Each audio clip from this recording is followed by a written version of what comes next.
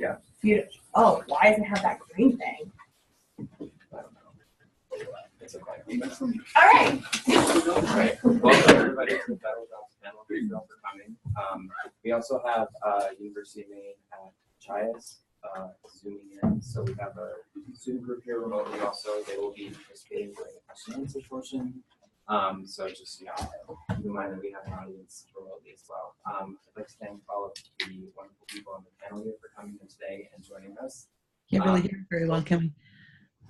Hi, Jeremy. It's Joellen from Machias. Can you hear me? I can. Hi. We can barely hear you. Can you? Do you have a mic to speak into? Can you stand underneath the mic? Yeah, I'll stay. Can you hear me better now? Yeah, that's better. Thank you.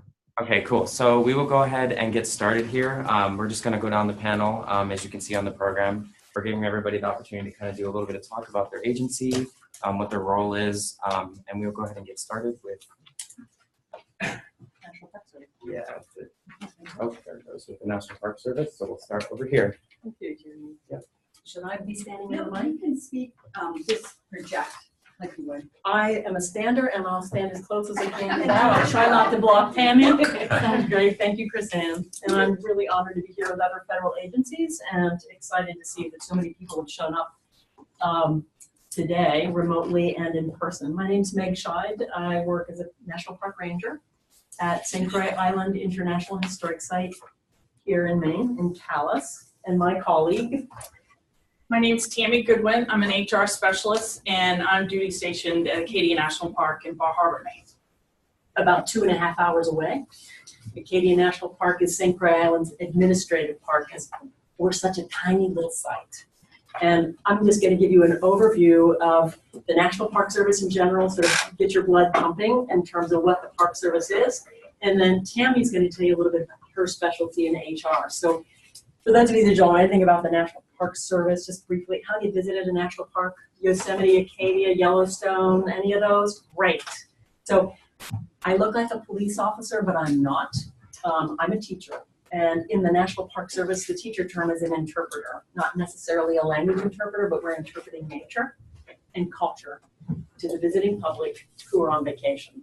So as an interpreter, I don't carry guns. I carry binoculars, and I carry pens and pencils and research books and props and hats. And if you were working with the National Park Service, you would be in this exact same uniform. If you were in maintenance, you'd be in a slightly different uniform. If you were in law enforcement, you'd be in a slightly different uniform with law enforcement gear. If you were in the division of resource management, you might be carrying antennas and following around coyotes with collars, or you might be tagging beavers or relocating animals or taking water samples or air quality samples. So there's a variety of opportunities. You can even be in administration. I guess I would consider that Tammy in HR would be in admin. And just a brief overview about the Park Service itself. The United States is big, and right now we have about 415 units of the Park Service. Not every one is a national park. We have international historic sites, yay, in Calais, here in Maine. It's the only international historic site in the entire U.S. National Park Service. We also have in Maine the main portion of the Appalachian Trail. That's a national scenic trail, part of the U.S. National Park Service. Acadia National Park, yay, where I started my career, is the only national park in our region. And then the fourth one would be Katahdin Woods and Waters, which was just approved and put into place. It was nominated, or I should say signed into law by President Obama, starting up at Baxter State Park, so there's some overlap there. So 415 units, give or take, all with different designations. So depending on your interests, there are international historic sites, national battlefields, national seashores, scenic parkways, national reserves, national rivers, national monuments, national memorials, national parks, and the list goes on. There's probably about 20 different designations. And you can apply to any of those, but you just need to learn a little bit about how to apply, and Tammy's going to cover some of those points and those tips. Are we looking at how much per person? I want to make sure I'm not cutting. approximately 10 or 15? Okay, so one of the things that might be of interest to you is there are seasonal jobs for students that open pretty much as schools let out, and you can have seasonal positions at the Park Service, and then you have the opportunity to go back to school. And once you've had several seasonal positions and you've graduated from school, there's always the opportunity to look for permanent positions in the Park Service. So I was a seasonal for approximately 5 years, 4 or 5 years before I applied for a permanent job. And that's where I am now. And we at St. Croix Island International Historic Site have visitors from all over the world, even though the park is small. We have visitors from all over the world, and even though our mandate is to protect and preserve natural and cultural resources in perpetuity, we also provide, I mean, the majority of what we experience on a day-to-day basis is providing recreational opportunities for visitors. So what I love about my job is that I'm with happy people from all over the world who are on vacation. And they come in the door and they just want to know, what is it about this site that's so fantastic that the National Park Service is preserving it forever and ever? And our jobs, mine in particular as an interpreter, is to get that message across without it being like a classroom, without it being like a lecture. So how do you do that? And you get training on how to be a good interpreter, whether it's formal presentations that last for an hour and a half on a boat on the water or on a mountain on a trail, or whether you're doing a little meet the ranger with a coffee, with just a 15-minute chat about some management issue that we want to let people to know about. It's an opportunity to travel, if you will, through the visitors that come through your door. So that's a little bit about the Park Service, a little bit about what I do. And I will be hiring 2 positions this coming summer here in Maine. And I know Acadia National Park is also hiring for positions. I hire French and English positions as well. And I see Monsieur Frédéric Rondeau, il arrivait de la programme française ici à l'Université de Maine. Welcome, I'm glad to see you. So I will pass it over to Tammy so we don't go over our turn.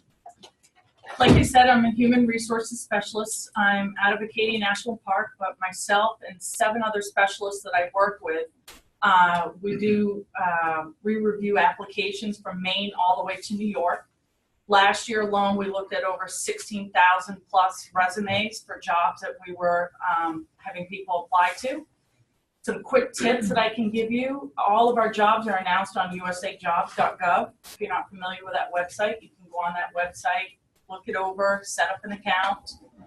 Some of the things that I see that automatically disqualify people that you don't think of when you're doing the resume is putting dates of employment and hours on your resume. Make sure you put the month and the year, to and from, and the hours that you work. Don't just put full-time, part-time, because for our agency, we'll automatically disqualify you. So those are very important things to think about. If you're applying to a job that has experience and or education, I always tell people, submit your transcript as well. You know, you may think you qualify under the experience required, but maybe you don't once the HR specialist looks at it. So we can fall back onto your education. So provide your transcripts automatically if education's an option for qualification purposes. I don't think I have much of anything else to say. Gather your questions. Yeah. There'll be a Q&A session after, and we're more than welcome to answer any questions at that time. And brochures for both Acadia National Park and St. Croix Island are here as well with our business cards if that's useful to you. Thank you for your attention. Thank you. Next, we have the Peace Corps. Oh. Okay. Hi, everybody. My name is Danny Livingood, and I'm a recruiter with the Peace Corps. To start things off, I always like to just kind of set the field. A lot of you have probably at least heard of Peace Corps, but not a lot of people know many of the details or why it might be of interest to them. So I'm going to go ahead and stand up as well. So basic idea, Peace Corps is an international development organization where Americans serve overseas for 2 years, living and working with communities in. Now, we serve in over 60 countries all over the world. So Costa Rica, Peru, Tanzania, Madagascar, Morocco, Republic of Georgia, Armenia, China, Nepal, Philippines, Fiji. I mean, really to the four corners of the map. And we work in 6 different core areas: agriculture, environment, education, health, and youth development. So a variety of different kinds of jobs in a variety of different locations. Regardless of your major, regardless of your discipline and your focus, regardless of your long-term career steps, there are openings that could be of interest and that you would be qualified for within the Peace Corps. So one kind of important thing I always like to put forward on the practical side of things is we do talk about ourselves as Peace Corps volunteers. That is our job title. We are not volunteers in the usual sense. This is a fully funded position. Airfare, housing, living expenses, vacation time, healthcare, all that kind of stuff is included. Now, you would be living in modest accommodations as it is service-based, right? But the point is you don't need to save up so you can afford to do the Peace Corps. Moreover, there are many tangible benefits to Peace Corps service, including things like after you finish, you get about $8,000 to help you on your way. You know, first 6 months of rent, down payment on a car, however, whatever you need to kind of get up and started once you get back. There are graduate school benefits at over 150 different universities across the country. There is a big one, which is going to be really relevant to this crowd here, regardless of what you're interested in, is something special called non-competitive eligibility, okay? This is a recognized special status for getting your foot in the door with a federal government agency. One of the major challenges I mean, there are many, many different kinds of federal jobs out there, and they are oftentimes very highly sought after. And so a little bit more detail here, non-competitive eligibility is something you get after working for the federal government for a certain number of years, or after doing just 2 years of Peace Corps service. Basically, it means that your resume, your application can be considered before the general public.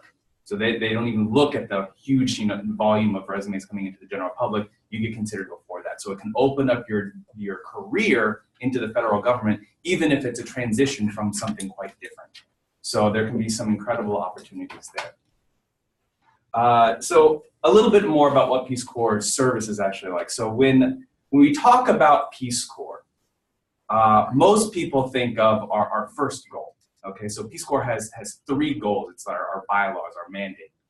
The first goal has to do with transferring skills and knowledge. So you go overseas and you help with teaching. You'll go overseas and you work with farmers about agriculture expertise. You go overseas and you're working on HIV prevention or malaria education, right? So you're going and you're building capacity, you're putting out knowledge and skills.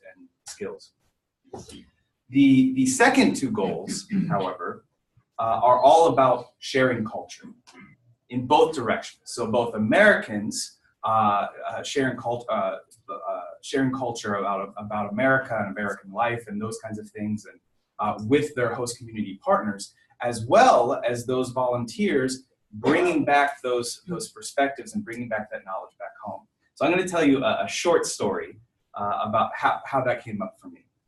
So I was an education volunteer. I was a high school English teacher in a country called Malawi. It's a little tiny one in sub-Saharan Africa next to Tanzania and Mozambique. So I was a 10th, 11th, and 12th grade English teacher. I also got involved with a number of what we call secondary projects as well. But anyway, so I was, in my second year, I had this very inquisitive student named Marcus. And he would always come to me at random times to my house after school, or maybe sometimes just in between classes. And he was always asking me about random things, my Nalgene bottle, the belt I wore, why I had a beard, just all sorts of things, what the weather was like in America, that kind of stuff. Anyways, he comes to my home after school one time and he starts kind of talking in zigzags. He's all over the place, right? Later I figured out he was nervous. he was building up his courage. So anyways, he finally built up his courage. And he says, "Sir, I need you to teach me how to fight." And I looked at him and I said, Marcus, why do you need me to teach you how to fight? And he says, well, sir, the reason I was absent from school last week, I was on my way home and some people came and they beat me up. I said, are you okay? What happened? Do you know why they did this? Has this ever happened before? He kind of answers on my question. He circles back to me and says, well, sir, I need to learn how to defend myself. Will you teach me how to fight? Now, to put this in perspective, okay, where I lived in Malawi was what's called a subsistence farming community, right? So I was out there in the African village with the mud huts, no running water, no electricity, that kind of element, and every family had a plot of land, an acre, something like that, very small scale. And every family member, once they got old enough, even if they had some other occupation, teacher, police officer, nurse, what have you. So every family member helped to farm that land, and that was their major source of food for the year. And so this farming, though, this wasn't what we think of here as farming, right? This wasn't tractors and power tools. This is shovels and hoes, hard manual labor. So everybody there is just bustling with muscle, right? So I look at Marcus, I say, Marcus, look at you and look at me. Not only do I not know how to fight, but I wouldn't win in a fight against anybody here. And he kind of looks at me strange and tilts his head and he kind of makes some excuse and says, oh, okay, thank you, sir, and it makes his way out. He comes back, like a week later and he says, well, sir, I see you have a hole in your fence. If I repair your fence, then will you teach me how to fight? He's like, no, really? Like, where is this coming from? I don't know how to fight. This goes on for like another week or two where he keeps kind of tricking me into admitting I'm like a kung fu master or something. So I finally sit him down and I say, okay, Marcus, you've never seen me get in a fight.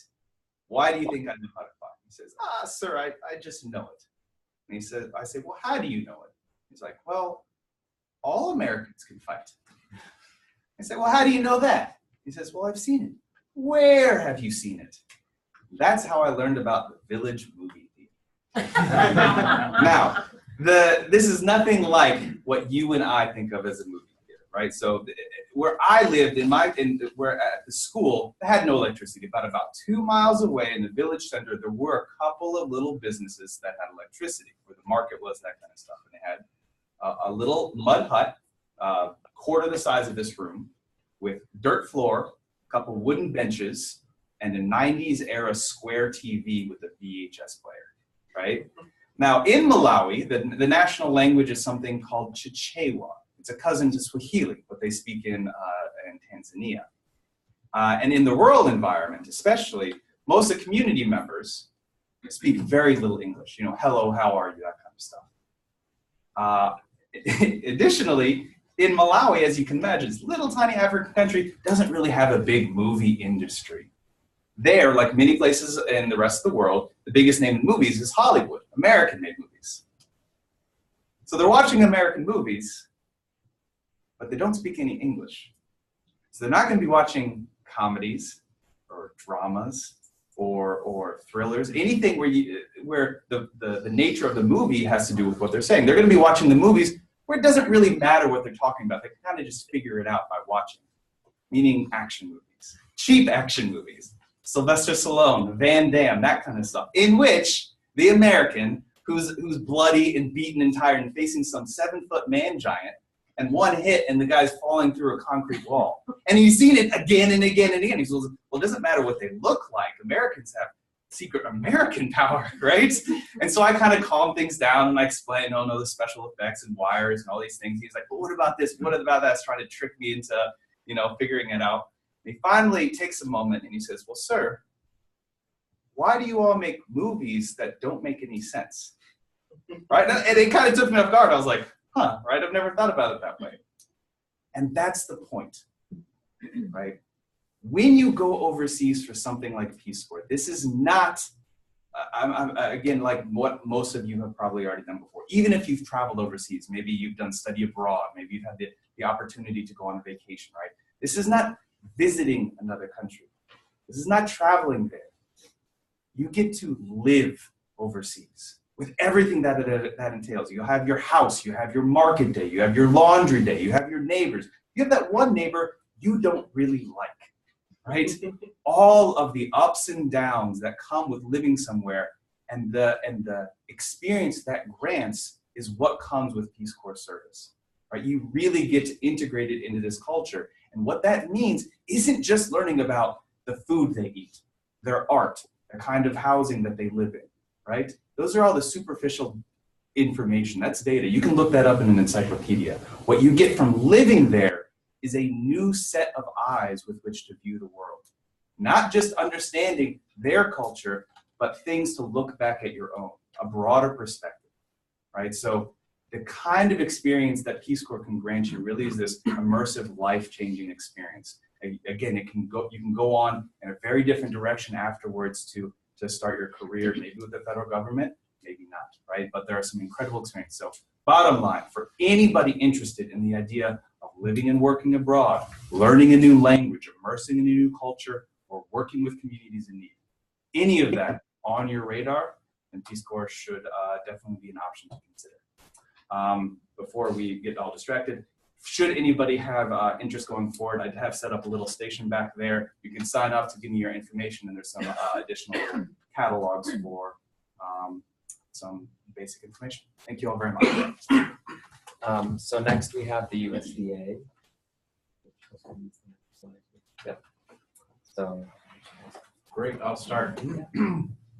I got here and they had seats and I said, well, they make us sit down and talk. I won't be able to use my hands that well, so I got to stand up as well. I'm thankful that folks before me broke that ice, so I didn't have to. The USDA, we're about as fantastic as the Peace Corps. And then we got the FBI on the other end, and so don't think about any of those when I'm talking to you about finance and those sorts of things. We really are, it's really a thrilling organization to be a part of. But if you want to start the slides, the four of us, myself and the next three individuals all work for the United States Department of Agriculture in 3 different agencies, and the gentleman on the end works for the, I don't know what he works for. He works for USDA as a, oh, Tony. Well, wait, we'll let him tell you what he does. But as you can see on the slides, the USDA is made up of about 29 different agencies, everything from rural development, which is who I work for, to Natural Resources Conservation Service, the Farm Service Agency, and there's a whole bunch of other ones. If you like statistics, there's an Agricultural Statistics Service, there's a library, there's a USDA agency for libraries, and so it's a pretty diverse agency. And when you think about USDA, a lot of people think just about agriculture. And yes, that is a very big part of what we do, but we're much, much bigger than that. I work for rural development, and I think the next slide is one that, yeah, there you go. Go to the next one.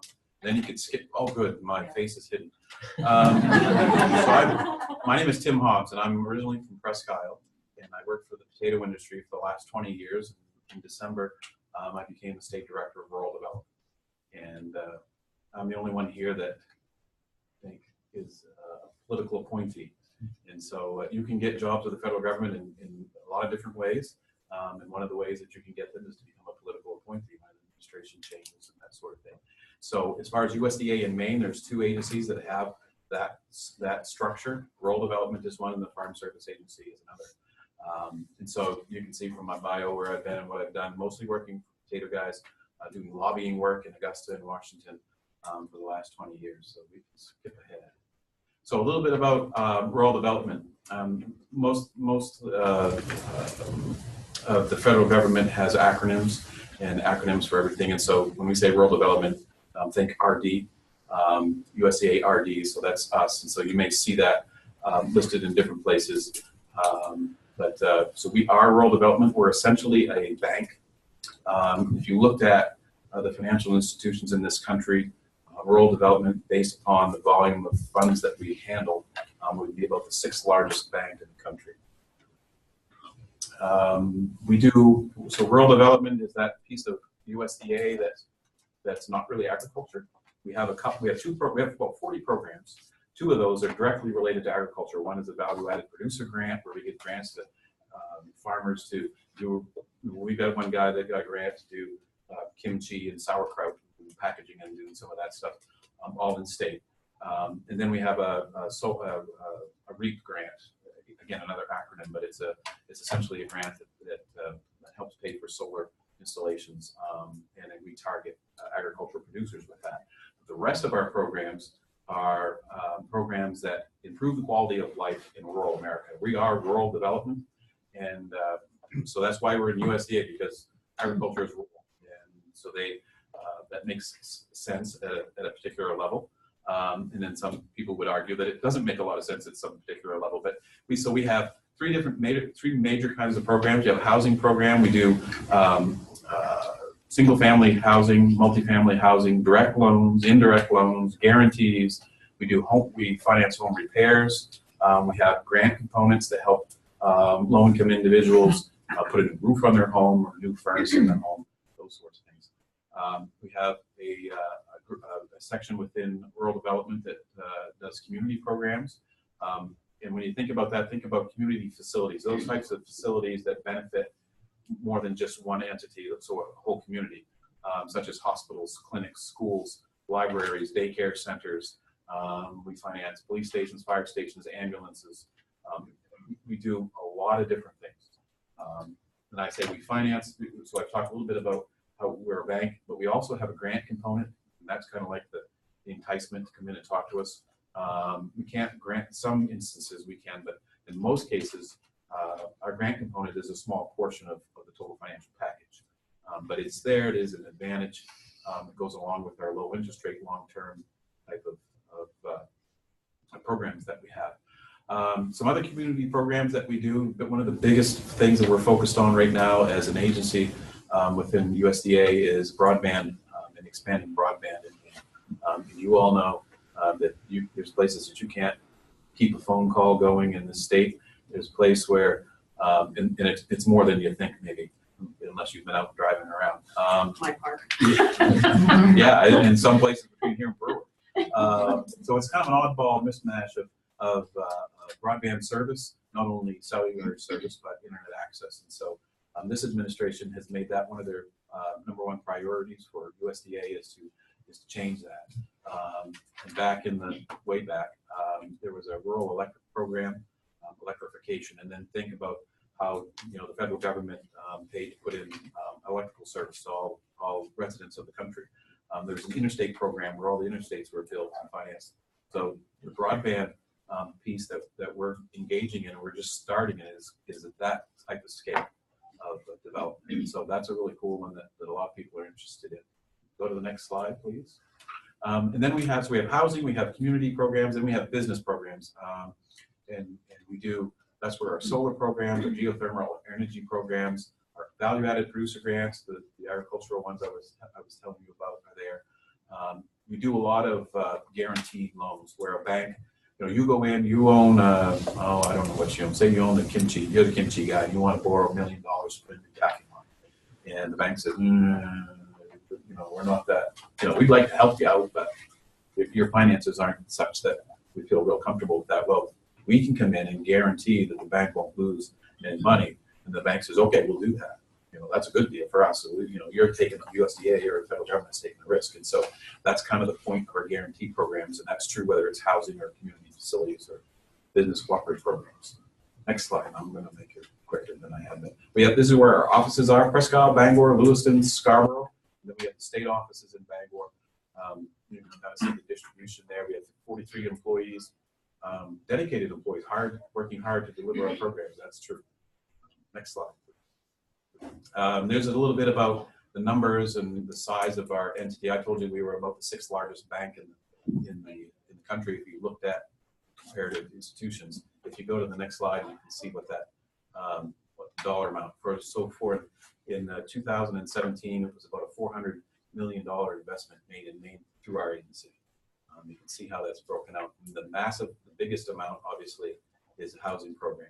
If you look over the last 10 years, just in Maine, there's been $4 billion invested through rural development into Maine. So it's we got 43 employees. We sit over in our state office in Bangor. We kind of stay under the radar. We're a USDA program that really doesn't directly target agriculture like our other two friends here do. But we have a huge impact, and we like what we do. We're kind of weird like that. We help. Our focus is rural America. There's qualifications like we don't work in Portland. Portland's too big a city. Most of our programs won't work in Bangor. Most of our programs are 20,000 So we do truly work in rural America, and we like to think, and I know we do make a huge difference in people's lives and quality of life. Is part of the work. I think that's the last one. Sherry. It's have to stay like that too, since you're starting. All right. I'm Sherry Hamill. I'm currently the Executive Officer of Farm Service Agency, which is another branch under USDA. Unlike Tim, I am not a political appointee. I've been a career federal employee since I was probably about your age. I was here, a student at UMaine. Went to the Career Center one day looking for a job while I was finishing up school. Applied for an internship, or I think they called it back like a state. It was called Stay in School at the Department of Justice in Bangor. I got that job, worked there for just about a year. And of course, when I graduated, because I wasn't in school anymore, that came to an end. And at that point, I'm like, God, now what am I going to do? So USDA had an opening at the time. It was called Farmers Home Administration. Applied for that job, got hired, thought, well, I'll do this, for a little while until something better comes along. So here I am 27 years later, still a federal employee, never left. Federal government is a great place to work, like some people have mentioned. I think the most important thing is there's so much out there under the federal government. Once you get in, all these agencies that we're talking about, every state has them. So if you want, it's a good opportunity to travel. You don't know where you want to live, get in with the government. You can apply for jobs within your agency in other states. You're going to be looked at, like someone mentioned, before the general public. So it's, they do transfers back and forth when there's job openings, but great opportunity that way. So during my 27 years, obviously I've held different positions. I did get the chance to act as a political appointee for a year in between the last administration before our new boss got appointed. So it's been fun. We can go ahead a page. So the Farm Service Agency, in simple terms, our goal is to keep family farms farming. We offer a lot of programs from, if you want to skip one slide ahead, we have disaster programs. If you're hit by a tornado, ice storm, drought, different programs. If you lose livestock, lose your crop, your barn collapses, we have programs that assist with that to keep the producers on the farm and keep them financially stable. We have price support programs. If the commodity prices are dropping below a certain margin, we make payments to the producer to help them get through those times. We have conservation programs to assist with water quality, soil erosion, wildlife habitat. Then the other side of our agency is our lending agency, kind of like rural development. We have a loan program as well. We make loans for farmers to purchase their farm, purchase equipment, livestock, help them get their crop in the ground. We have emergency loans as well. Again, if there's a natural disaster, we can make them a low interest loan to get up and running and to stay financially stable. The important thing to think about Farm Service Agency as opposed to a commercial lender, we like to consider ourselves the lender of first opportunity. You come to us when you're starting out, if you're having trouble, we do supervised credit. Our goal is to allow that farmer to become stable enough to go to a commercial lender and get commercial financing. So our interest rates are lower. On that slide, sorry. You don't have to go back, but right now our portfolio for FSA is, let's see, for farm ownership loans, it's currently at 21 million that we're carrying in our portfolio. A farm operating debt of 14 million, and then right now our emergency loans are only 900,000. This year, in 2018, we have loaned out over $5 million to our farmers here in Maine. Across the state, we have a similar setup to RD. We have a few more offices than they do. We have 13 offices that serve the 16 counties here in Maine, as well as our state office in Bangor. Positions within our offices are county executive directors. They handle like all those programs like conservation, disaster, the price support programs. Then we have our farm loan managers and farm loan officers who handle the lending side of the agency. So all our offices have positions such as those, along with the program technicians that support our loan officers and the CEDs. Our state office in Bangor, which is kind of unusual, that's where I've always worked. I got hired into the state office. Oftentimes, people start off in our field offices and then you end up in the state office, but I just happened to fall into a position there and stayed there the whole time. That's where our political appointee, our state director, that's where he's located. We have district directors that oversee 2 districts in the state, the northern and southern. We have program chiefs and specialists that handle county offices. Our job in the state office, our customer is our county offices, where in the county office, their customers are the farmers. Then we have the administrative division, which is where I oversee and work with budget and HR and that fun stuff. And that's it for my agency. There's our contact information. I do have some business cards with me as well. If you have any questions, we will be hiring soon on USA Jobs. We'll be having a job posting in our state office. So good time to take a look and come join the fun.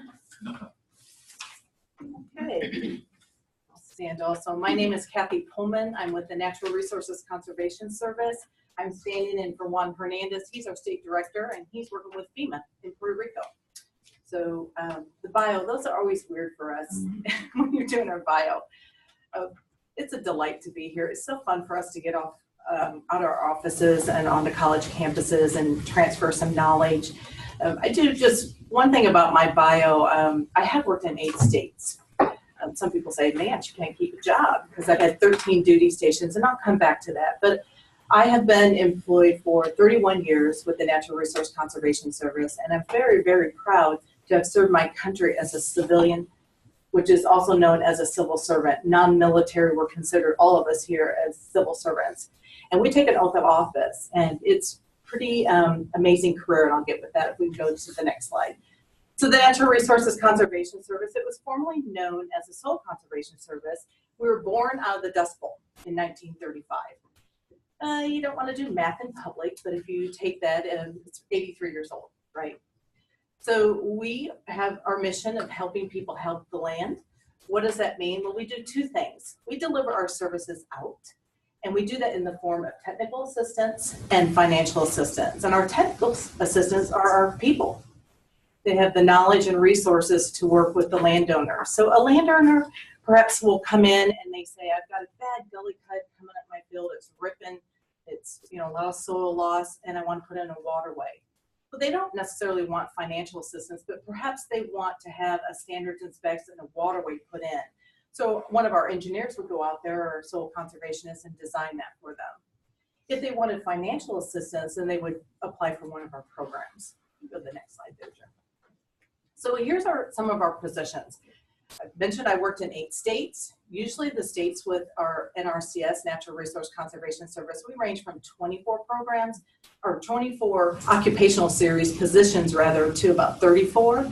And so you can tell this list is really short, but I wanted to just emphasize that because we're a technical agency, we deliver our services out in a technical manner. We're mostly biological sciences, from a soil scientist to engineers to fisheries biologists to wildlife biologists. Those are the type of degrees we're looking for. About 90% of our positions require a college degree. Okay. Now, some of you, any economists in the room? Yay! I am so excited. I'm an economist. I'm an ag economist. I didn't put it in there. So we even have ag economists, all right? Next slide. So that's where we're located. I wanted to share a couple of stories too, like Peace Corps. And we have those positions, and I mentioned to you about the human resource. So I started after the 85 bar bill, and I really didn't get it, what it was like to be a civil servant. I was just more excited that my agency at the time, remember I mentioned it was Soil Conservation Service, that I could work in any county in the U.S., 3 territories and 3 countries. That was my thing. I thought, well, I want to capitalize on this. And as I mentioned, I did. I've worked in all regions of the U.S. So that's what I was excited about. I didn't really understand what it meant to be a civil servant. I do now. It didn't take 32 years either. I do now. But we all know people. This is how I explain it. We all know people who have jobs, right? And that's honorable. You have a job, they're happy.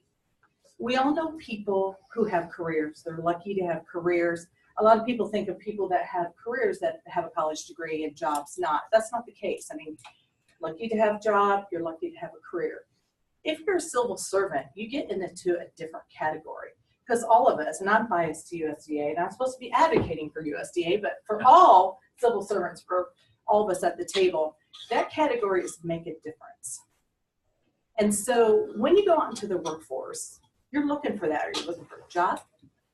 Are you looking for a career? Or do you want to make a difference?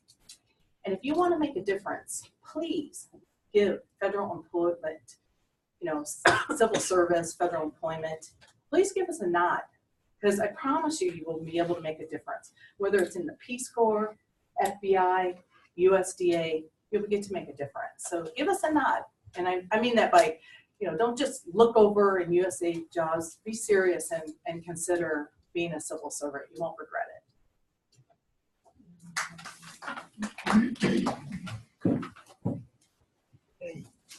Good afternoon.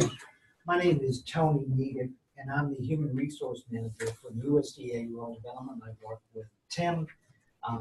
I'd like to share some stories from HR. I'd have to change all of the names, and it would get far too frightening. I don't want to scare anyone away from the career piece. But, I attended ONO many years ago before I got some work here in Bangor.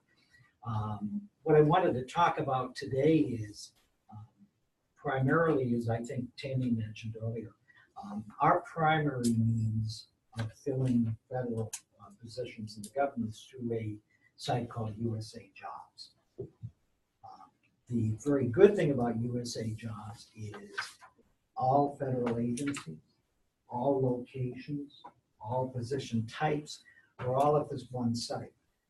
So if you're looking for something, you don't have to use just name. You're looking at making a move. You're looking at different types of careers. You can go there. What I would follow up with is something that Tammy mentioned earlier. Unlike private industry, and I spent most of my time there, this system is very good, but it's very specific. So if it says attach a resume, if it asks for some specific information, it's important that you do that, because the way the process works, job announcements will be run for a specific period of time. They'll generally close at midnight on the date that the announcement closes. Once that announcement closes, then as an applicant, you don't have any further opportunity to go in and clarify or add information.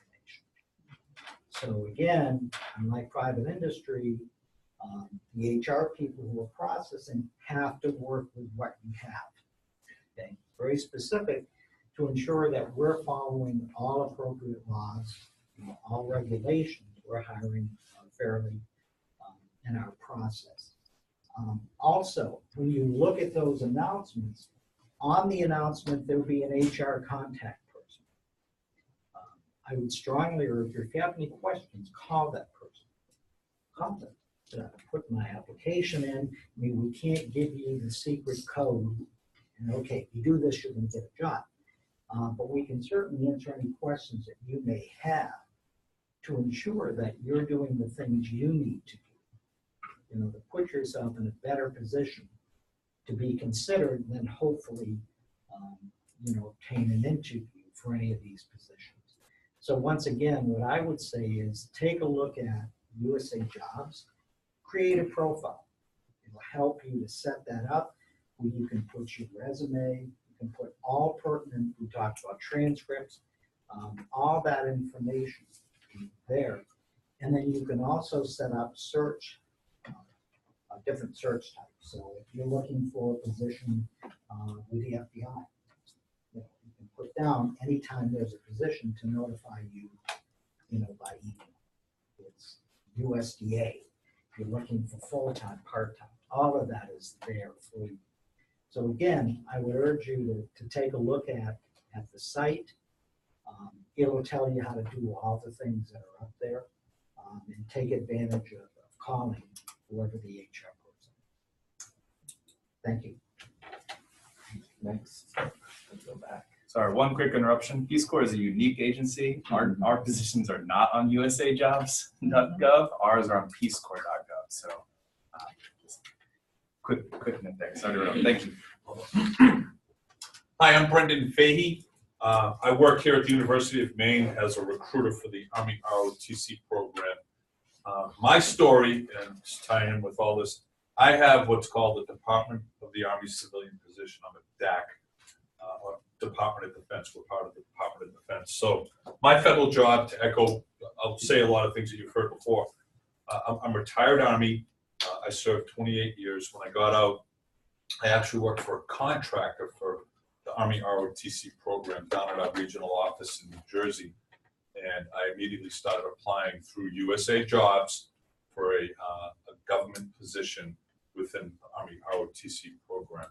So that's how I got here. There's a few things I want to bring up, and I'll talk about Department of Defense in general and Department of the Army as well, about the different career opportunities. But I want to touch on a few things that I think are important. On the HR side, Tammy touched on this about start dates and stop dates. There's a lot of it's the devil in the details. When you fill out these applications, it may seem daunting because it can be daunting. There's a lot of information that you should be providing. I will say this though, once you've completed a resume, submitted an application, right, it gets a little bit easier.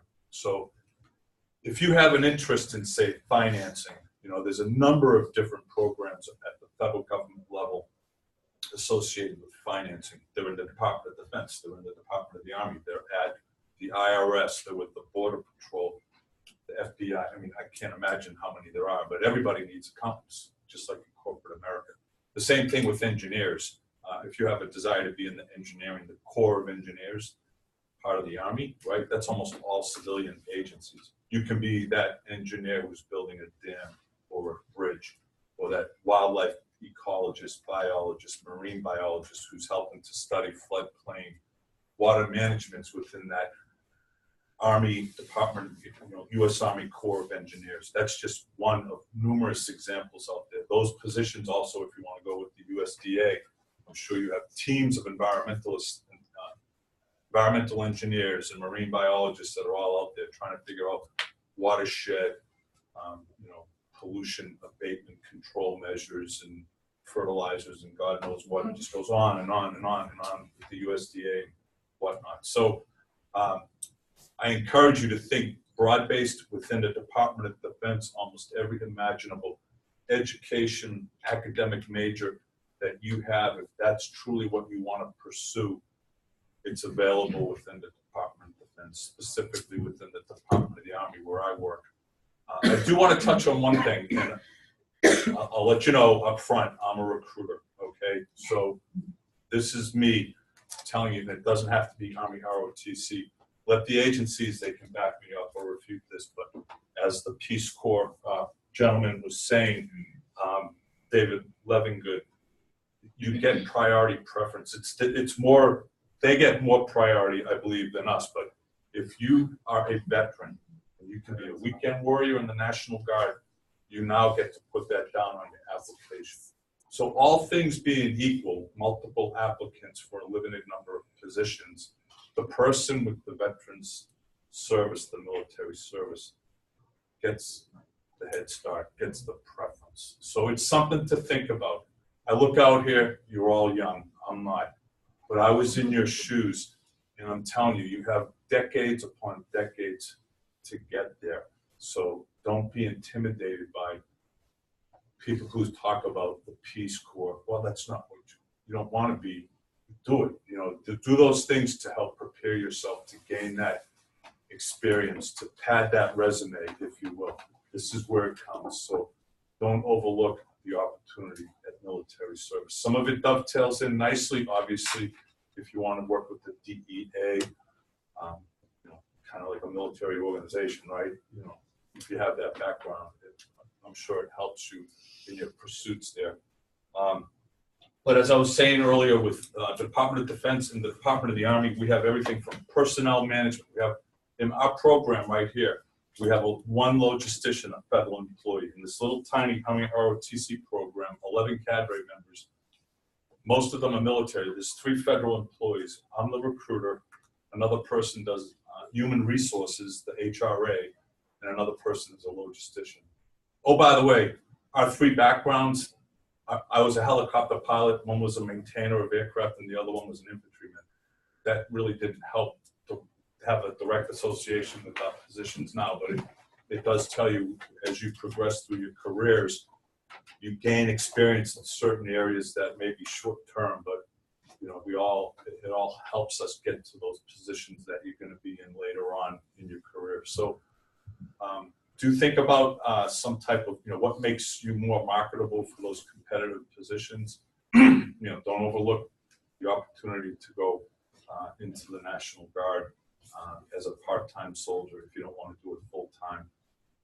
That gets you into a more competitive position. But remember, Department of Defense, federal jobs, apply for them through USA Jobs. There's wonderful career opportunities. I'll reinforce too, the opportunities to travel. There's people I know that have worked wherever there's a U.S. military installation around the world. Just the Army alone, you can be in Korea, you can be in Japan, you can be in Germany, Italy, all over the United States, to include Hawaii and Alaska. The list goes on and on. And then think about the Air Force, where they go, and the Navy. So it's an adventure. And I think we capture, you know, if you have that sense of adventure, that sense of travel, an opportunity to see, in many cases, exotic destinations. You know, think about what the DoD offers, the Department of Defense as well, within the Department of the Army. I'll be here to answer any questions that you may have. Let me just do one more thing on the application. Obviously, and you hear this from the Career Center, have those correct buzzwords. You better have a modification in your resume that is associated with what they're looking for in that position. And as the gentleman here just mentioned earlier, you know, there's always a POC on there. Pick up the phone. They're not going to give you the answer sheet. Well, this will guarantee you the job if you put this on your resume, but they'll get you in that consideration zone, because some people don't get looked at over some simple little trivial things, or they just didn't get it. They completely misunderstood what the job applicant, what the announcement was looking for in their position. So use the resources that are available to get those, to make yourself competitive for those positions. Just a couple other things. As a Department of the Army civilian, do not confuse me with the Army. I did that for 28 years. I don't do it anymore. So I don't go in this program. I don't go do physical fitness training on the football field at 6 in the morning. I don't do the field training exercises. I'm not running around wearing an Army uniform. This is it. I'm a retired Army guy. I did that for decades. So don't associate Department of the Army or DoD civilians with being in the military. Okay. Yeah, obviously I work with the military, but it's, you know, there's a clear segregation of responsibilities and employee relations. So anyhow, thank you. Good luck. Next, we have the FBI. All right, so we have different people that are on that board. I'm Jody, and then we have Jill Colella here, and we have. I'm Mike Fairhart, not Dave Scullion. We wanted to trick you all. So again, my name's Jill Colella. I'm an admin specialist out of the Boston FBI office. And I'm just going to take you, I did bring somebody from the special agent side of the house and the professional side of the house, because there are two different career paths you can take with the FBI. So again, my role in the FBI out of Boston is I'm in charge of the hiring and the processing. So Mike and Jody, they're going to just take you a little bit about their background and how they got involved with the FBI. Then we're going to come back, and then I'll just talk to you a little bit about the internship programs that we have and some of the positions that are available. And then also just to keep in mind, the Boston office is pretty unique with the FBI. We have 56 field offices throughout the country. However, the Boston office, we handle 4 states. So we handle Massachusetts, Rhode Island, New Hampshire, and Maine. So I did bring Mike here. He's from Maine, and Jody and I traveled from Boston. But I'll turn it over to Mike. He can talk a little bit about the special agent. Jody will talk to you about her professional career. And then, like I said, I'm going to go over and talk to you guys a little bit about some qualifications, the application process, and your resume. All right, so I'll turn it over to Mike, and then Jody, and then back to me. All right, good afternoon. I think I'm going to break the trend and sit instead of stand. But I thought this would be more of a question and answer session, but I've been in your shoes, and I know sometimes it doesn't always work well to ask your questions specifically. So what I'd just like to say right off the bat is myself and a couple other agents work right here in Bangor. So I'm going to leave my business card and contact information, and any of you guys are more than welcome to give us a call and we can set up the time that you come by the office, and we can sit for a half an hour or so, and you can ask specific questions about some of the different things that you can do in the FBI, and some of the things that I like about the job and some of the things that I don't like about the job. Before I get too far, I'll just let you know that I'd like to echo what a lot of my colleagues up here at the table have said. The federal government really is a great place to work. I know when you're your age, you don't really think about a lot of the different retirement benefits that there are. I certainly was not thinking about that when I joined the Navy, when I was in ROTC in college. And I didn't think about that when I applied to the FBI. But in today's day and age, when there's a lot of businesses that don't have employee retirement plans, the federal government has a very solid and a very strong retirement plan, and that's something that I think we're all very grateful that we have. So that's certainly one thing to keep in mind. I did start out planning to apply to the FBI. I always wanted to be in the Navy, follow one of my uncles into service. So I did join ROTC when I was back at the University of Nebraska back in the 80s. And after spending 7 years in the Navy, deploying overseas, I realized that that's not something that I wanted to do for the rest of my life. But I did know that I did want to continue government service. I wanted to do something where I felt like I was contributing to a greater good. And there's quite a few people in the service that look to federal civilian jobs when they do decide to leave the service. So I did apply, and another thing to keep in mind is that you really need to be very persistent and very patient when you apply for federal jobs. It seems like things are taking forever and it goes really slowly, but you'll really be glad that you did once you do apply, and when you get that interview and you do get your foot into the door. The other great thing about federal jobs is that you can work anywhere in the world. You can go back home to where you're from. You can move overseas and work in a lot of different places. Probably had no idea that there were so many different federal positions right here in the Bangor area, and it really is pretty interesting, pretty amazing. So after I got into the Bureau, had to do some training down in Quantico, Virginia. And after that, I was assigned to the field office in Washington, D.C., and was very fortunate to get to work a lot of different investigations. And basically, I'm kind of a jack of all trades. We investigate federal crimes, and then we collect evidence through doing interviews and developing informants and a lot of other techniques. And then we present those cases to federal prosecutors to try and convince them that there is evidence that crimes have been committed. And then we take that to indictment and then sometimes to trial. And it's one of those jobs where you need to be very flexible because you're not really sure what you're going to be doing each day. Sometimes I have a very specific list of things that I hope to get accomplished when I get to work, and the phone rings and something happens that you hadn't expected, but it's just part of the job, and it's one thing that I do like is the variety of work and the variety of different things that we do. Let's see. Trying to think if you have any other specific questions. The one thing that I was going to say is that would encourage you guys to look into jobs in the military, in law enforcement, attorneys. If you are interested in a career in law enforcement, so that you can develop some basic skills that might help you decide if that's something that you want to do as a career, or if that's just kind of your foot in the door to develop some basic skills and get some good work experience before you move into something else. Okay, great, thanks, Mike. So as just to segue into what you just said, their jobs change every day, which is why Dave Scully couldn't be here because he got called away yesterday to something else today. So their job is super exciting and something different every day. not usually as exciting as it's made out. So, again, so my name's Jody. I've been with the FBI for 26 years. I started right out of college, so like you guys, I have a criminal justice degree.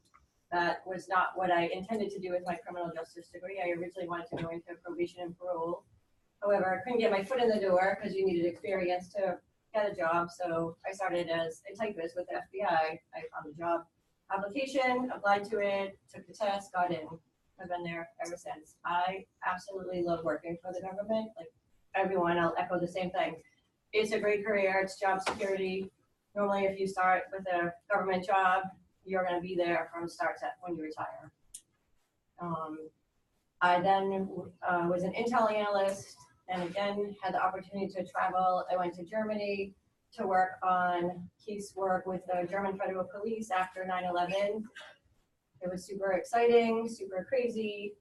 I've also traveled all across this country for various training opportunities as an intel analyst. I am currently right now the chief security officer in our office. I was a supervisor for years. It's one of the organizations, like other folks up at the table have said, you can stay within the organization and have numerous jobs. So if you get tired of one, you apply to another one, you can do that. Like Mike said, or Jill said, we have 56 field offices nationwide.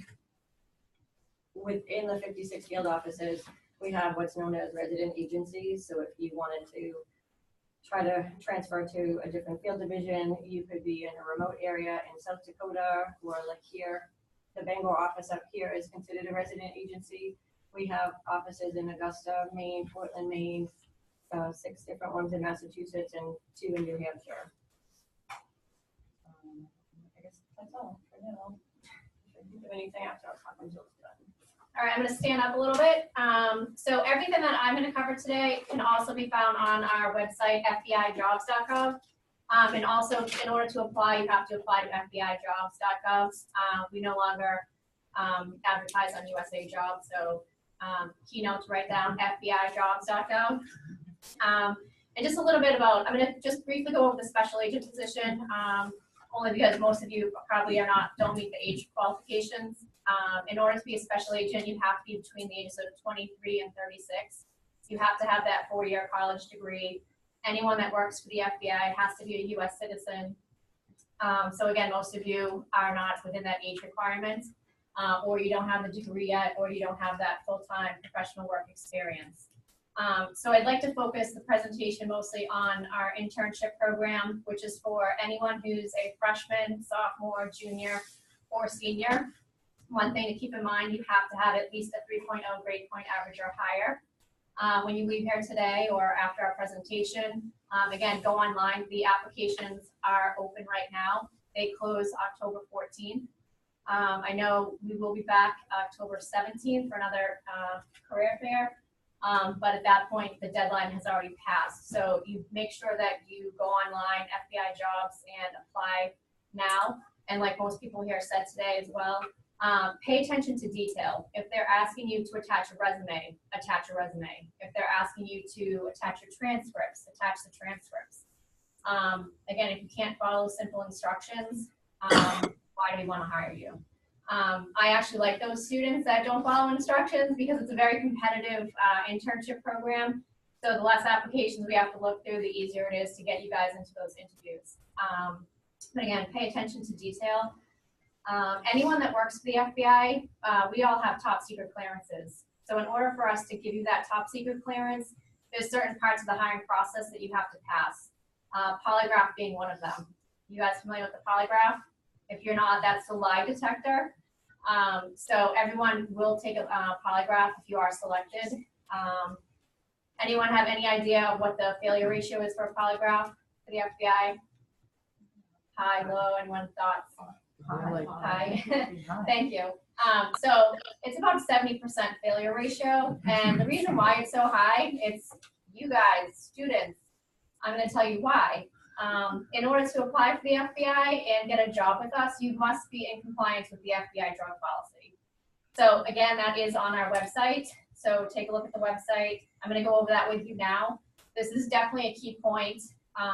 If some of you have lifelong dreams of either working for the FBI or some of these other agencies, With the FBI, why shatter your own lifelong dreams on failing a polygraph? If you were to fail an FBI polygraph, you can never work for us. So again, you guys are young. Why ruin your chances of being a special agent when you apply as an intern and you fail your polygraph? It's not worth the risk. You're young. Again, get out all your temptations now. So I'm just, like I said, I'm gonna quickly go over the drug policy with you. And if you're not within compliance with the drug policy, just wait and apply. So some of you might be familiar, but if not, here I am to tell you. If you've experimented with marijuana in the last 3 years, don't leave here and go apply online to that internship program for the summer, okay? Now, we know it's legalized in certain states and countries, right? Okay, well, if you've experimented with it where it's legal in any state or country, unfortunately, don't apply. It's not federally recognized, regardless that if you are experimenting it where it's legal. Anything other than marijuana, cocaine, heroin, ecstasy, anything other than marijuana, we're keeping it simple for you. It's a 10-year wait. Do not apply if you've experimented with any other type of illegal drug. Okay? 3-year wait for misuse or abuse of prescription drugs. And ever in your entire life, you can't have sold, trafficked, or distributed any type of prescription or illegal drug. Okay, so that's pretty simple, right? These are yes, no questions. Just don't apply if you're not in compliance. And again, the reason why the polygraph is so high, the failure rate, is because students, whether or not they try and see if they can beat the polygraph or they're just not getting that clue that don't apply. But that's the #1 reason why people are failing the polygraph and why the rate's so high, because they're just not in compliance. The polygraph, if you get that far, again, it's a lie detector. We can't hire people that are lying to us. So in order to get you through that process, just basically be honest with us, tell us the truth, and you should be fine. The polygraphers are really good at their job. They know somebody who's lying to them and somebody who is really nervous. So that's it about the polygraph and the drug component. But again, there is the internship program. Can I just see a show of hands? Anyone that's a senior in the room? Okay, so for seniors, if you're not continuing on to grad school, then we have a collegiate hire program, which is for any senior graduating and not going on to college, grad school. So again, same thing, you have to have that 3.0 grade point or average or higher to apply. But again, it would be when you're out of school. The internship program is a 10-week program. It's in the summer. All of our internship programs are for the summer. So you have to be available for that 10-week time period. Show of hands in the room. Are you guys all from the New England area or anybody outside of New England? You're outside of New England? Okay, perfect. So again, we said 56 field offices. All 56 field offices have the internship program. Like I said, Boston's unique. We cover the 4 states here. So again, it's competitive. We get over 600 to 1,000 applications for this program. This year, we were able to hire about 10 interns. So if you're not from this area or you live somewhere else in the summer, or if you have a relative that lives in another state, you can apply to any 56 field offices throughout the country. Headquarters, for example, for the 10 interns that we hired this summer, they hired 200 to 300. So the number is a little bit higher. There's no guarantee that if you do apply to the headquarters internship, which is in DC, that you'll definitely get hired. A couple things to keep in mind if you do apply to an internship at another field office, another state, we do not pay for you to live there. You're on your own for housing and getting yourself out there. If you do say you get selected down at headquarters, you do your 10-week internship program there, and then when you come back to school, depending on where you go to school, that's where you would do, you could continue doing the internship. If you get in as a sophomore, the internship for you is up until you graduate. If you continue on to grad school, then you can still also be an intern. As long as you make a good intern and you are recommended to move forward, your internship can last you until you graduate. Any specific questions about the internship? All right, so I think that pretty much wraps it up. Again, FBIjobs.gov. And if you miss the deadline, then unfortunately you'd have to wait till the next year. Thank you. So we now have a short video about USA Jobs, just to kind of give you second to it, just to give you a brief insight into that, and then after that, we will open it up for question and answer.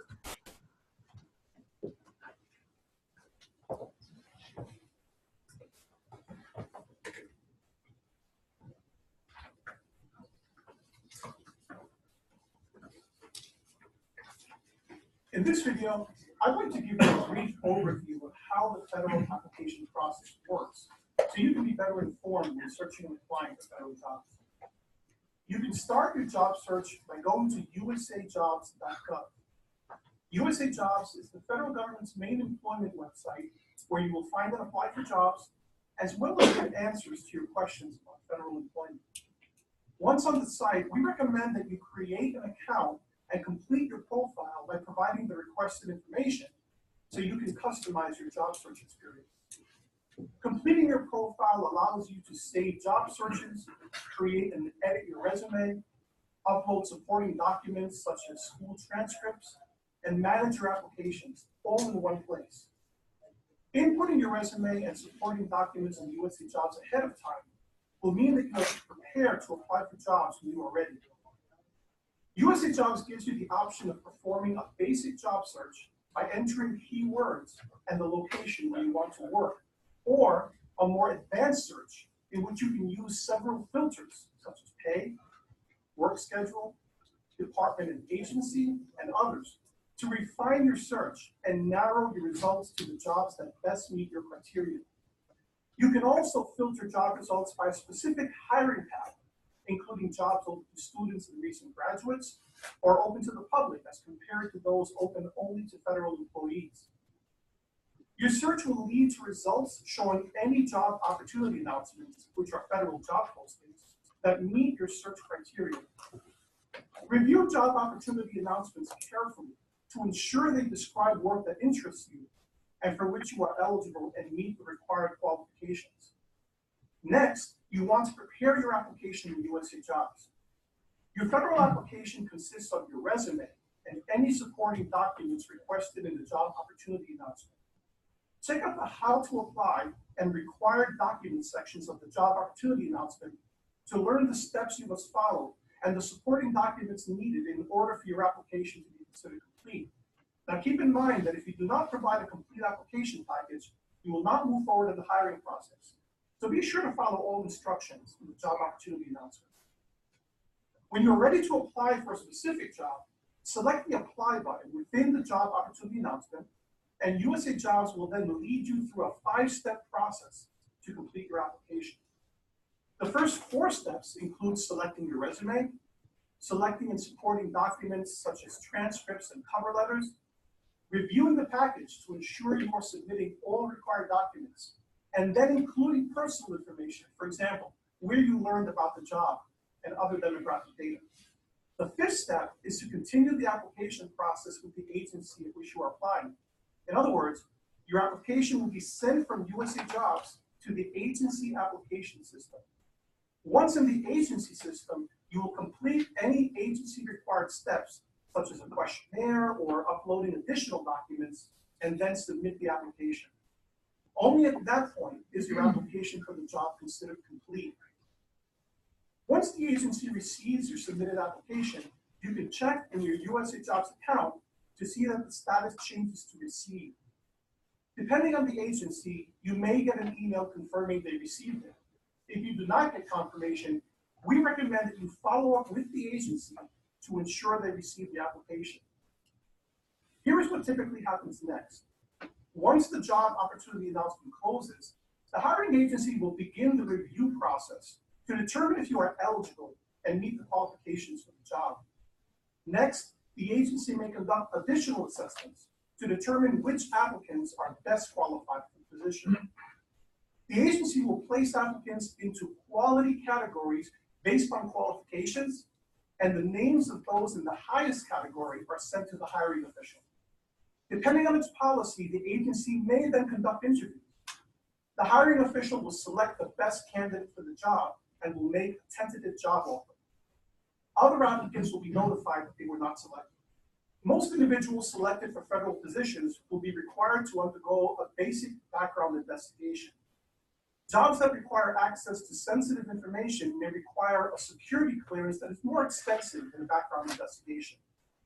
Most often, the background check and clearance process begins after you receive and accept a tentative job offer. When the process is complete, the agency will contact you to agree on a date when you can start to work. For more information, go to the USA Jobs homepage and select the middle tab titled Federal Application Process. You can also visit the USA Jobs Help Center by selecting the Help icon in the upper right-hand corner of the USA Jobs main page. We look forward to seeing your federal application. Thank you for joining us.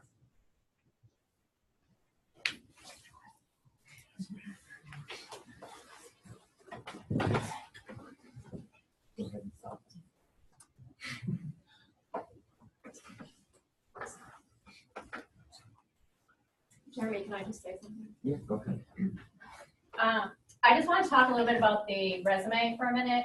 I know the Career Services Center here is really good, but there's a huge difference between a private sector resume and a government resume.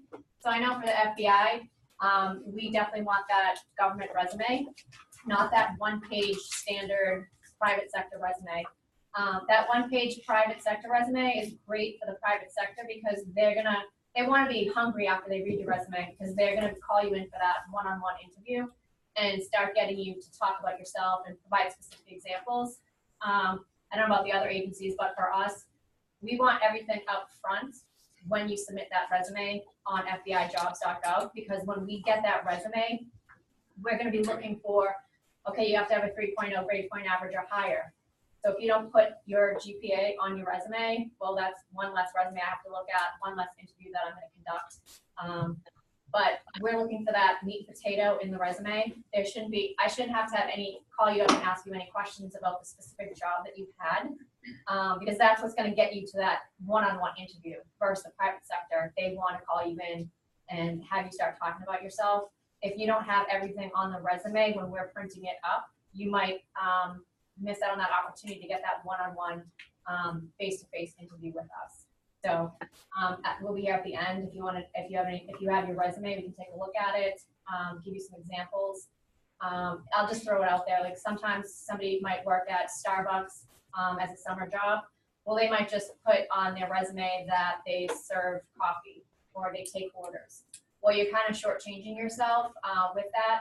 You know, obviously you're gonna have to have some type of customer service skills. You have to work in a fast-paced environment, but those are just bullet points. So for the FBI, we want you to give us a situation of action and that end result in your resume. We don't want just those bullets. So if you are working at Starbucks and you have that angry customer that's been in line and then you screw up their order, things like that, you're going to want to tell us about a situation where you helped out that angry customer and turn it into a positive situation so they can be a happy customer and continue to return back to get their coffee from you. So that's what we're looking for in more detailed information, not just those bullets under your current job that you have. Any questions about that? And I don't know if you're in a spot if we're going to do Q&A, but I wanted to elaborate a little bit so I'll take your lead when you're ready for that. Well, I was going to say the same thing. The federal resume, there's no limit. I mean, 10 pages. You definitely want to make sure that you include details. And just as you do the interview using the STAR approach, which is state the situation, the task, the action, and results. When you conduct a behavioral interview, you want to follow that format. The same thing with your resume. You need to be really detailed in it. You had mentioned about buzzwords. So when they list the qualifications for a job on USA Jobs and they say strategic planning or resource management, your resume needs to have those on there and kick it back. That's what he was meaning when he said the buzzwords. You want to have those. Sometimes the HR, if they have 10,000 resumes, they might push find and kick those words in just to weed out the ones that don't have them. You can understand that. Transcripts. When you're doing your transcripts, remember you're doing a PDF, you upload them, and there's a resolution. If you do too high of resolution, the HR officials get theirs in 4 pages. They want them in 1. My undergrad is at Oklahoma State University. It's real pretty with the central building on it. I couldn't use the little resume because you couldn't read it. I was trying to hide my low grades. No, I'm just kidding. But anyway, just make sure that comes in one page. And then there's another one I wrote in here. The buzzwords. Oh yeah. Then again, when you're doing your interview, in the federal government, we already know what you have. We don't want any breaks in service. When that's coming in, we want to see date to date to date. If there's a break in the service, we're like, where's that? Doesn't matter if it was just a seasonal job or maybe you didn't have employment. That's okay to put down that. So when you get to the interview phase, which a lot of times are phone interviews, and you can tell a lot by phone interviews. Don't discount those. Don't feel bad if you're thinking, well, I didn't get a face-to-face interview. Phone interviews are great, and they tell you a lot. But again, you really think about behavioral interviews, kind of out the door. We always think kind of federal employment, we're a little behind the private sector, but we use behavioral interviews too. And that's pulling out integrity, character, things like that. When they ask you a question, did you ever receive an award that you didn't think you deserved? What'd you do? You know, those kind of things. But you really need to study up on the STAR approach because people get into interviews, they babble on, they get nervous, right? We want the situation, the task, the action, and the results. And if you do that format, you're going to shine. You're going to be great. That's it. Thanks. I'm sure you guys have heard this a million times, but you'll hear it again. Social media. Don't be posting stuff on social media because private sector and government may pull up your Facebook or your Instagram or whatever. Be very careful what you're posting out there on any social media.